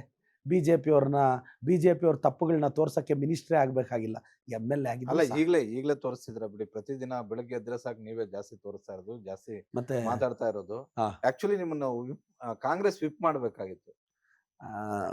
BJP ಸೆಷನ್ಗೆ ಬರಕ್ ಬಿಡ್ತಿರ್ಲಿಲ್ಲ. ಬಹಳ ಕಿರಿಕಿರಿ ಕೊಡ್ತಿದ್ರ ಅಂತ ಬಿಜೆಪಿ ಅವರು ಮತ್ತೆ JDS ಅವ್ರಿಗೆ. ಬಹಳ ಸಲ ಅವರು ನೇರವಾಗಿ ಸ್ಪೀಕರ್ಗೆ ಹೇಳಿದ್ದಾರೆ ಈ ಮಾತನ್ನ. ಏನಂತ? ನಮ್ಗೆ ಅವ್ರನ್ನ ಕಂಟ್ರೋಲ್ ಮಾಡ್ಬೇಕು, ನೀವು ಮಾತ್ಗೆ ಅವ್ರು ಎದ್ದೊಳ್ತಾರೆ ಅಂತ ಹೇಳ್ಬಿಟ್ಟು. ಈಗ ಏನಂದ್ರೆ ನೀವು ಲಾಸ್ಟ್ ಬೆಂಚ್ ಅಲ್ಲಿ ಇರೋದ್ರಿಂದ ಅಷ್ಟು ಬೇಗ ಸ್ಪೀಕರ್ ನೋಡಕ್ ಆಗುದಿಲ್ಲ. ಇಲ್ಲ, ಅದೆಲ್ಲ ಆಗದೆ ಇರೋ ಕೆಲಸ. ಏನೋ ಪೀಠಕ್ಕೆ ಗೌರವ ಕೊಡ್ತೀವಿ ಅಷ್ಟೇ. ಅದು ಇಂಟೆನ್ಷನಲಿ ಕಂಟ್ರೋಲ್ ಮಾಡಬೇಕು ಅಂದರೆ ಗೊತ್ತಲ್ವ ಈ ಜನ್ರೇಷನ್ ಹುಡುಗರು ಅಲ್ವಾ? ವ್ಯವಸ್ಥೆಯಲ್ಲಿ ಯಾರು ತಪ್ಪು ಮಾಡಿದ್ರು ತಪ್ಪೆ. ಹೌದು. ಈಗ ಮೊನ್ನೆ ಹೊರಟ್ಟಿ ಸಾಹೇಬರು ಯಾವುದೋ ಒಂದು ಇನ್ಸಿಡೆಂಟ್ಗೆ ರಿಯಾಕ್ಟ್ ಮಾಡುವಾಗ ಸ್ಪೀಕರ್ ಥರ ಇರ್ಬೇಕು ತಾನೆ. ಅವ್ರು ಯಾವುದೋ ಒಂದು ಪಕ್ಷದ ಪರ ಸ್ಟ್ಯಾಂಡ್ ತಗೊಂಡ್ರೆ ಅವ್ರನ್ನ ಸ್ಪೀಕರ್ ಅಂತ ಹೆಂಗೆ ಟ್ರೀಟ್ ಮಾಡ್ತೀವಿ? ಅದಕ್ಕೆ ನಾನು ಹೊರಟ್ಟಿ ಸಾಹೇಬ್ರಿಗೆ ಕೌಂಟರ್ ಕೊಟ್ಟೆ. ಹೊರಟ್ಟಿ ಸಾಹೇಬ್ರೆ, ಯಾರೋ 50 ಆಕಸ್ಮಿಕವಾಗಿ ಗೆದ್ದು ಬಂದವರು ಅಂದರು. ಯಾರೋ 50 ಜನ ಕೈ ಎತ್ತಿದ್ರೆ ಸ್ಪೀಕರ್ ಆಗಿದ್ದಲ್ಲ, ಹೌದು. 1,00,000 ಜನ ಓಟ್ ಹಾಕಿದ್ರೆ MLA ಆಗಿದ್ದು ಅಂತ ಹೇಳಿದೆ. ಹೊರಟ್ಟಿ ಸಾಹೇಬ್ ಅಂದರೆ ಅವ್ರು ಯಾರನ್ನ ಏನು ಬೇಕಾದರೂ ಅನ್ಬೋದು, ಅವ್ರನ್ನ ಯಾರಾದರೂ ಅಂದರೆ ಬೇಜಾರಾಗ್ತಾರ? ಅಂದ್ರೆ ಅವರ ರಾಜಕೀಯ ಅನುಭವ ಅವರು ಲೆಕ್ಕಾಚಾರ ಆಗ್ತಿರೋದು. ಅಂದರೆ ನೀವು ರಾಜಕೀಯ ಅನುಭವ ಇದ್ದಿದ ತಕ್ಷಣ ಒಂದು ಸ್ಪೀಕರ್ ಸ್ಥಾನದಲ್ಲಿ ನಿಂತು BJP ಏಜೆಂಟ್ ಆಗ್ಬೋದಾ? ಆಗಿದ್ದಾರೆ ಅವರು. ಅಲ್ಲ, ಹೊರಟ್ಟಿ ಸಾಹೇಬ್ರಿಗೆ ನನಗೆ ಪ್ರಶ್ನೆ, ಮೊನ್ನೆ ಯಾವುದೋ ಒಂದು ಇನ್ಸಿಡೆಂಟ್ಗೆ ರಿಯಾಕ್ಟ್ ಮಾಡುವಾಗ ಏಕಾಏಕಿ ಕಾಂಗ್ರೆಸ್ ಅವ್ರನ್ನ ಬೈತಾರೆ. ಅವರು ಮನುಷ್ಯರು ಅಂತ ಬೈತಾರೆ. ಹೊರಟ್ಟಿ ಸಾಹೇಬರು ನ್ಯೂಟ್ರಲ್ ಆಗಿರ್ಬೇಕಲ್ಲ. ನಾನು ಹೊರಟ್ಟಿ ಸಾಹೇಬ್ರಿಗೆ ಕೌಂಟರ್ ಮಾಡಿದೆ. ತಪ್ಪೇನಿದೆ ಸರ್? ನೀವು ಇಂಪಾರ್ಷಿಯಲ್ ಆಗಿದ್ದರೆ ಸಲ್ಯೂಟ್, ನೀವು ಪಾರ್ಶಿಯಾಲಿಟಿ ಮಾಡಿದ್ರೆ ನಾವು ಕೌಂಟರ್ ಮಾಡ್ತೀವಿ. ಸರ್, ಸ್ಪೀಕರ್ ಸ್ಥಾನನೂ ಸಂವಿಧಾನದಲ್ಲೇ ಇದೆ, MLA ಸ್ಥಾನನೂ ಸಂವಿಧಾನದಲ್ಲಿದೆ. ಇವರೆಲ್ಲರೂ ಇರೋದು ಕಾಮನ್ ಮ್ಯಾನ್ಗೋಸ್ಕರ. Common man is also as powerful than speaker or MLA. ನಾನು ಸ್ಪೀಕರ್ ಆಗಿದ್ದೀನಿ ಅಂತ ನೀವು MLA ಮಾತಾಡಿದ್ರೆ ತಪ್ಪೇನಿದೆ? ಅಲ್ಲ, ನನಗೆ ಒಂದು ನಿಮ್ಮ ಬಗ್ಗೆ ಆಸಕ್ತಿ ಇರೋದೇನಂದ್ರೆ, ಫಸ್ಟ್ ಟೈಮು ಗೆದ್ದಿರೋ MLA ಬಹಳ ಜನ ಇದ್ದಾರೆ. ನನಗೆ ಬಹಳ ಆತ್ಮೀಯರು ಕೂಡ ಗೆದ್ದು ಬಂದಿದ್ದಾರೆ. ಅದ್ರಲ್ಲಿ ನೀವು ಕೂಡ ಒಬ್ರು ಆತ್ಮೀಯರು, ಅದರಲ್ಲಿ no doubt at all. But ಬಹಳ ಜನ ಬಾಯೇ ಬಿಡಲ್ಲ. ಪ್ರದೀಪ್ ಈಶ್ವರ್, ನೀವು ಲೆಕ್ಚರರು, ಒಂದಷ್ಟು ಜನರಿಗೆ ಮಾರ್ಗದರ್ಶಕರು, ಅದರಲ್ಲಿ ಎರಡು ಮಾತಿಲ್ಲ. ಆದ್ರೆ ದೊಡ್ಡವರು ಸಣ್ಣವರು ಇದು ಯಾವುದನ್ನು ನೋಡದೆ ನೇರ ಮಾತಾಡ್ತಿರಲ್ಲ. ನಿಮ್ಮ ಮುಂದಿನ ರಾಜಕೀಯ ಭವಿಷ್ಯದ ಆತಂಕ ಇಲ್ವಾ? ಏನಾಗುತ್ತೆ ಅಣ್ಣ ಹೇಳು? ರಾಜಕೀಯ ಭವಿಷ್ಯ ಆತಂಕ ಆದ್ರೆ ಏನಾಗುತ್ತೆ? ಜಸ್ಟ್ ರಾಜ್ಯದ ಜನತೆಗೂ ಈ ಕ್ವಶನ್ ಏನಾಗ್ಬೋದಣ್ಣ ಮ್ಯಾಕ್ಸಿಮಮ್? ಅಲ್ಲ, ರಾಜ್ಯ ಜನನೇ ಅವರೇ ಯೋಚನೆ ಏನ್ ಆತಂಕ ಅಂದ್ರೆ ಏನ್ ಆತಂಕ ಅಂದ್ರೆ ಏನಾಗ್ಬೋದು? ಈಗ 2028 ಮತ್ತೆ ಚುನಾವಣೆ ಬರುತ್ತೆ, ಗೆಲ್ತೀನಿ. ಓಟ್ ಹಾಕೋದು BJP JDS ಅವರಲ್ಲ, ಕಾಂಗ್ರೆಸ್ ಅವ್ರು ಓಟ್ ಹಾಕೋದು. ಕುಮಾರಣ್ಣನ್ ಬಂದು ಓಟ್ ಹಾಕ್ಬಿಡ್ತಾನ, ಯಡಿಯೂರಪ್ಪ ಅವ್ರು ಬಂದು ಓಟ್ ಹಾಕ್ಬಿಡ್ತಾರ, ಅಶೋಕ್ ಅಣ್ಣನ್ ಬಂದು ಓಟ್ ಹಾಕ್ತಾರ. ಇನ್ನು ಸೋಲ್ಸಕ್ ಬರೋದು ಅವ್ರು ನನ್ನನ್ನ. ಅಲ್ಲ, ಅಶೋಕ್ ಅಣ್ಣ ನನ್ನ ಗೆಲ್ಸಕ್ಕಲ್ಲ, ಅಶೋಕ್ ಅಣ್ಣ ಹೆಂಗೂ ನನ್ನ ವಿರುದ್ಧ ಬರ್ತಾರೆ. ಯತ್ನಾಳರಂತೂ JCB ಓಡಿಸ್ಕೊಂಡು ಬರ್ತಾರೆ. ಅವ್ರು JCB ಎಷ್ಟು ದಿನ ಬೇಕೋ, ಒಂದು 6 ತಿಂಗಳ ಮುಂಚೆನೆ ಬಿಡಿ ಸರ್ ಬಿಜಾಪುರ ಅಂತ ಹೇಳ್ತೀನಿ. ಅವರೆಲ್ಲ ನನ್ನ ಸೋಲ್ಸಕ್ಕೆ ಬರೋದು 28ಗೆ. ಆದ್ರೂ ನಾನು ಗೆದ್ದು ವಿಧಾನಸೌಧಕ್ಕೆ ಬರ್ತೀನಿ ಸರ್. 25 ಡೇಸಲ್ಲೇ ವಿಧಾನಸೌಧಕ್ಕೆ ಬಂದವನು 5 ವರ್ಷ. ಅಲ್ಲ, ಆಗ ಪರಿಸ್ಥಿತಿ ಬೇರೆ ತರ ಇತ್ತು. 2028ಕ್ಕೂ ಆ ಪರಿಸ್ಥಿತಿ ಇರುತ್ತೆ ಅಂತ. ಯಾಕಂದ್ರೆ ಈಗ ಹೇಳಿ, ಒಂದು ಹೇಳ್ತೀನಿ, 5 ವರ್ಷ ನೀವು MLA ಅವ್ರು ಅಷ್ಟು ಜನ MLAಗಳಿದಾರಲ್ಲ, ನಾನು ಇದುವರೆಗೂ 210 ಹಳ್ಳಿ ಸುತ್ತಿದ್ದೀನಿ. ಬೆಳಗ್ಗೆ 6 ಗಂಟೆಗೆ ಬ್ಯೂರೋಕ್ರಸಿನ ಕರ್ಕೊಂಡೋಗಿ ನೆಲದ ಮೇಲೆ ಕುತ್ಕೊಂಡಿದ್ದೀನಿ. ಸ್ಪಾಟಲ್ಲಿ ಪೆನ್ಷನ್ ಕೊಟ್ಟಿದ್ದೀನಿ, ಸ್ಪಾಟಲ್ಲಿ ಓಲ್ಡ್ ಏಜ್ ವಿಡೋ ಪೆನ್ಷನ್ ಕೊಟ್ಟಿದ್ದೀನಿ. ಎಷ್ಟೋ ತೋಟಗಳಿಗೆ ರಸ್ತೆ ಇರಲಿಲ್ಲ, ರಸ್ತೆ ಹಾಕ್ಸಿದ್ದೀನಿ. ಬದುಕನ್ನು ಕಟ್ಕೊಟ್ಟಿದ್ದೀನಿ. ಅಮ್ಮ ಆಂಬುಲೆನ್ಸ್ ಬಿಟ್ಟಿದ್ದೀನಿ. ಬಡವ್ರ ಮಕ್ಕಳ ಜೊತೆ ನಿಂತಿದ್ದೀನಿ. ಇನ್ನೇನು ಬೇಕು MLAಗೆ? QR ಕೋಡ್ ಇಚ್ಚು ಡಿಜಿಟಲ್ ಟೆಕ್ನಾಲಜಿ ಮುಖಾಂತರ ರೆವಲ್ಯೂಷನ್ ಮಾಡ್ತಿದ್ದೀನಿ. ಮತ್ತೆ ಯಾಕೆ ಚಿಕ್ಕಬಳ್ಳಾಪುರದಲ್ಲಿ ಒಂದಷ್ಟು ಲೀಡರ್ಗಳು ನಿಮ್ ವಿರುದ್ಧ ತಿರುಗಿದವರಲ್ಲ? ಕೆಲವು ಏನಾಗುತ್ತಣ್ಣ, ಇಲ್ಲ ಅಣ್ಣ, ಈಗ ನೀವೊಂದು ಗೌರ್ಮೆಂಟಿಂದ ಕೆಲಸ ಕೇಳ್ಕೊಂಬಂದ್ರೆ ನಿಮ್ಮನ್ನು ಸಮಾಧಾನ ಮಾಡ್ಬೋದು. ಈಗ ಸಡನ್ ಆಗಿ ಯಾವುದೋ ಒಂದು 1000 crores ಮೂವಿ ಕನ್ನಡದಲ್ಲಿ KGF ಬಂದ್ಬಿಟ್ರೆ ಇವ್ರು ಬೇಜಾರಾಗಲ್ವ? ಹಂಗೆ ಈಗ ನಾನು ಸಡನ್ ಆಗಿ ಎಮರ್ಜ್ ಆದೆ, ಸ್ವಲ್ಪ ಅಸಮಾಧಾನ ಇರುತ್ತೆ. ನಾನೇನು ದೇವರಲ್ಲ ಅಲ್ವಣ ಎಲ್ಲರೂ ನನ್ನನ್ನು ಹೊಗಳಿ ಅಂತ. I am also a common man. So ಹೀಗಿರುತ್ತೆ. ಬಟ್ ನನಗೆ ನಂಬಿಕೆ ಇದೆ, 28ಅಲ್ಲಿ we come back to the power again. 28ಕ್ಕೆ BJPಯಿಂದ ನಿಮ್ಮ ಹಳೆಯ ಪ್ರತಿಸ್ಪರ್ಧಿ ಸುಧಾಕರ್ ಅವರೇ ಚಿಕ್ಕಬಳ್ಳಾಪುರದಲ್ಲಿ BJP ಅಭ್ಯರ್ಥಿ ಆಗ್ತಾರೆ, ನೋ ಡೌಟ್. ಆಗ್ಲಿ, ರೆಡಿ ಇದ್ದೀರಾ ಫೇಸ್ ಮಾಡಕ್ಕೆ? ಅಲ್ಲ, ಈಗ ಕೊಟ್ಟಿರೋ ಕ್ವಶನ್ ಪೇಪರ್ 2ನೇ ಸಲ ಕೊಟ್ಟರೆ ಡಿಸ್ಟಿಂಕ್ಷನ್ ಹೊಡಿತೀವಿ. ನೀವು ಕೊಟ್ಟಿರೋ ಪೇಪರಲ್ಲಿ ಆಲ್ರೆಡಿ ರ್ಯಾಂಕ್ ನಾನು ಲಾಸ್ಟ್. ಅವರು ಯಾಮಾರಿ ಗೆದ್ರು, ನಾನು ಯಾಮಾರ್ದೆ ಅವ್ರು ಗೆದ್ರು ಅಂತ ಅವರ ಯೋಚನೆ. ನೀವು ಎಕ್ಸಾಮ್ ಬರ್ದಿದಿರ್ತಾನೆ, ಯಾಮಾರಿ ಸ್ಟೇಟ್ ರ್ಯಾಂಕ್ ಬರುತ್ತಾ? ಯಾಮಾರಿದ್ರೆ ಪಾಸ್ ಆಗ್ತೀವಿ. ಸ್ಟೇಟ್ ರ್ಯಾಂಕ್ ಬರುತ್ತಾ? ಯಾಮಾರಿದ್ರೆ ಸ್ಟೇಟ್ ರ್ಯಾಂಕ್ ಬರಲ್ಲ, ಓದಿದ್ರೆ ಸ್ಟೇಟ್ ರ್ಯಾಂಕ್ ಬರುತ್ತೆ. ಈಗ ನೀವು ನನಗೆ ಅದೇ ಕ್ವಶನ್ ಪೇಪರ್ ಕೊಟ್ಟರೆ ನಾನು ಇನ್ನೂ ಚೆನ್ನಾಗಿ ಸ್ಕೋರ್ ಮಾಡ್ತೀನಿ. ಏನಾಗಲ್ಲ, ನಾನು ಗೆಲ್ತೀನಿ. ಇನ್ನೂ 20 ವರ್ಷ ನಿಮ್ಗೆ ಇಂಟರ್ವ್ಯೂ ಕೊಡ್ತೀನಿ ನಾನು. ಮಾಜಿ ಆಗಲ್ಲ, MLA ಆಗಿ, ಮಿನಿಸ್ಟರ್ ಆಗಿ ಅಷ್ಟೇ. ಇನ್ನೂ ಆಸೆಗಳಿದೆ, ಹೇಳ್ಕೊಳ್ಳೋದು ಬೇಡ. ಈಗ ಅಹಿಂದ ನಾಯಕತ್ವದ ಬಗ್ಗೆ ಬಹಳ ಚರ್ಚೆ ಆಗ್ತಿದೆ. ಎಸ್, ಏನ್ ಇತ್ತೀಚೆಗೆ ಪ್ರದೀಪ್ ಈಶ್ವರು ಅಹಿಂದ ನಾಯಕತ್ವ ವಹಿಸ್ತಾ ಇದ್ದಾರೆ. ಸಿದ್ದರಾಮಯ್ಯ ಮತ್ತೆ BK ಹರಿಪ್ರಸಾದ್ ಸೇರಿದಂತೆ ಎಲ್ಲ ಘಟಾನುಘಟಿಗಳ ಜೊತೆ ಮಾತಾಡ್ತಾ ಇದ್ದಾರೆ. ಈಗ ನೀವು ಒಂದು OBC ಅವರು ಹೇಳಿ. ನಂದು ಬಿಟ್ಟಾಗಿ ನಾನು ಒಂದು ಯಾವ್ದೋ ಮೀಡಿಯಾದಲ್ಲಿ ಇದೀನಿ, ನಾನು OBC, ನಾನು ಅವ್ರ ಪರ ಇವ್ರ ಪರ ಅಂತ ಹೇಳಕ್ ಆಗುತ್ತೆ. ಒಂದ್ ನಿಮಿಷ, ನಾನು ಆಸ್ ಎ ಜರ್ನಲಿಸ್ಟ್ ನನಗೆ ಕರ್ನಾಟಕದ OBC ಫೇಸ್ ಆಗೋ ಕೆಪಾಸಿಟಿ ಇದೆಯಾ ಇಲ್ವಾ? ವೆರಿ ಸಿಂಪಲ್ ಅಣ್ಣ. ನಿಮಗೊಂದು ಕ್ವಶನ್, ಕೆಪಾಸಿಟಿ ಇದೆಯಾ ಇಲ್ವಾ? ಅಲ್ಲ, ಕೆಪಾಸಿಟಿ ಇದೆ. ಕೆಪಾಸಿಟಿ ಕೆಲವರು ಪಡ್ಕೊಳ್ತಾರೆ, ಕೆಲವ್ರಿಗೆ ಬರುತ್ತೆ. ಹ್ಮ್. ಎರಡು ತರ ಇರುತ್ತೆ. ಒಂದು ಪಡ್ಕೊಳ್ಳೋದು, ಈಗ ಇನ್ನೊಂದು ನನ್ನನ್ನ ಬರೋದು. ಕರ್ನಾಟಕದಲ್ಲಿ ಯಂಗ್ಸ್ಟರ್ಸ್ ಇಷ್ಟಪಡ್ತಾರಾ ಇಲ್ವಾ? ಖಂಡಿತ ಪಡ್ತಾರೆ. ನನಗೆ ಫಾಲೋಯಿಂಗ್ ಇದೆಯಾ ಇಲ್ವಾ? ಅಲ್ವಾ? ನನ್ನ ರೀಲ್ಸ್ಗೆ ವ್ಯೂಸ್ ಇದೆ, ನನ್ನನ್ನು ನೋಡ್ತಾರೆ, ನನ್ನನ್ನು ಫಾಲೋ ಮಾಡ್ತಾರೆ, ನನ್ನ ಮಾತು ಕೇಳ್ತಾರೆ.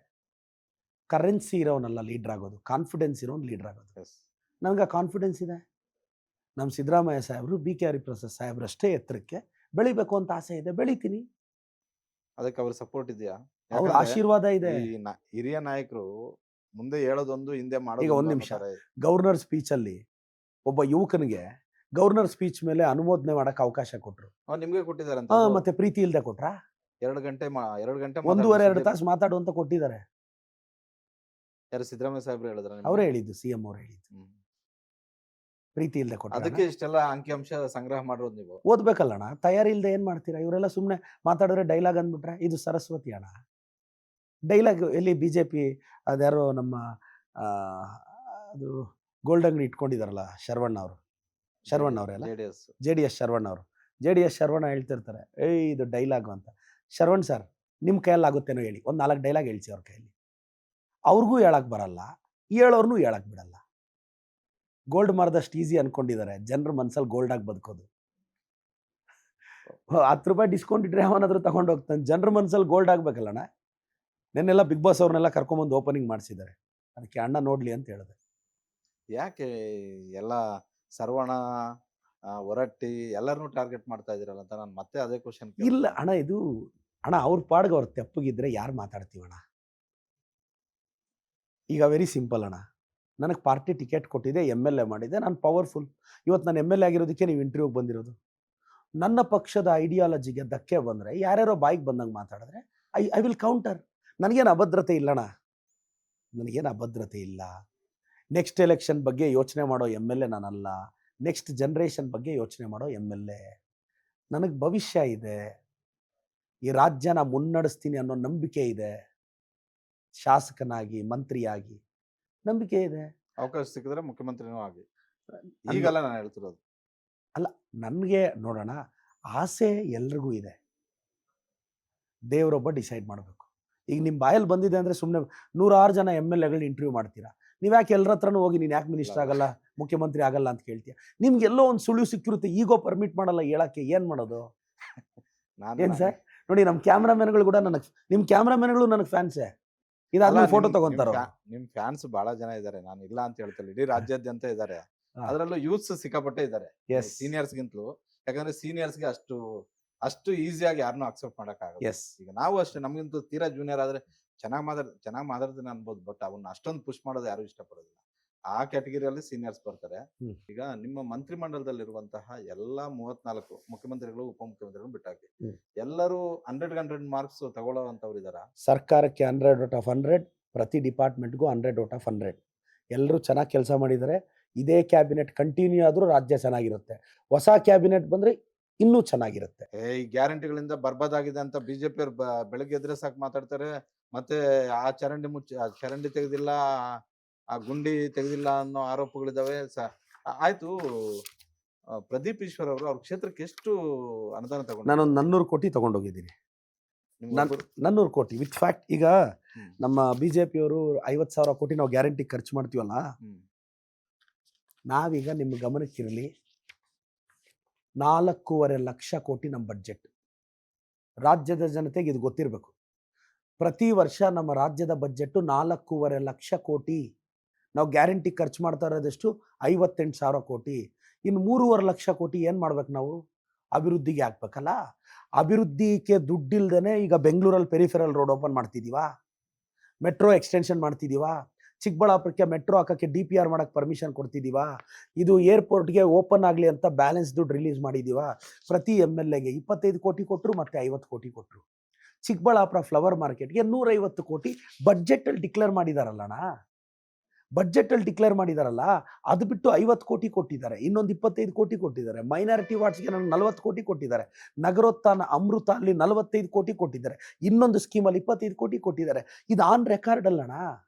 ಅಲ್ಲ, ಪ್ರದೀಪ್ BJP ಅವ್ರು ಅಲ್ಲಲ್ಲ, BJP ಅವರು ನಾನು ಹೇಳೋದೆಲ್ಲ ಸುಳ್ಳಾದ್ರೆ ಇಲ್ಲಪ್ಪ ಇಷ್ಟು ದುಡ್ಡು ಅಣ್ಣ 150 ಕೋಟಿ ಫ್ಲವರ್ ಮಾರ್ಕೆಟ್ ಕೊಟ್ಟಿರೋದು ಬಡ್ಜೆಟ್ ಬುಕ್ಕಲ್ಲಿದೆ.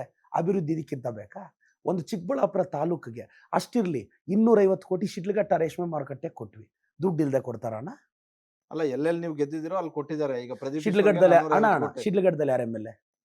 JDS ಅವರು. JDS MLA ಇರೋ ಕಡೆ 250 ಕೋಟಿ ಕೊಡ್ತೀವಿ ಅಂದ್ರೆ ನಮಗೆ ಶಿಡ್ಲಘಟ್ಟ ಜನತೆ ಭವಿಷ್ಯ ಚೆನ್ನಾಗಿರ್ಬೇಕು. ಅದು ಕಾಂಗ್ರೆಸ್ಸೋ JDS BJPನೋ? ಮತ್ತೆ ಬಿಜೆಪಿ ಅವರು ಕೊಡ್ತಾ ಇಲ್ವಂತಲ್ಲ, 25 ಕೋಟಿ ಕೊಡೋದು ಕಷ್ಟ ಅಂತ ಅವರು ಬಹಿರಂಗವಾಗಿ ವಿಧಾನಸಭೆಯಲ್ಲಿ ಹೇಳ್ತಾರೆ. ಇಲ್ಲಣ್ಣ, ಅವರು ಫ್ರಸ್ಟ್ರೇಟ್ ಆಗಿಬಿಟ್ಟಿದ್ದಾರೆ, ಬೇಜಾರಾಗಿದ್ದಾರೆ. ಅವ್ರಿಗೆ ಏನು ಮಾಡಬೇಕೋ ಗೊತ್ತಾಗ್ತಿಲ್ಲ ಸರ್. ಅವ್ರಿಗೂ ಮೊನ್ನೆ 10 ಕೋಟಿ ಕೊಟ್ಟರು ಸರ್ ನಮ್ಮ CM ಕೊಟ್ಟಿದ್ದಾರೆ. ಕೇಳಿ ನೀವು ಅವ್ರನ್ನ.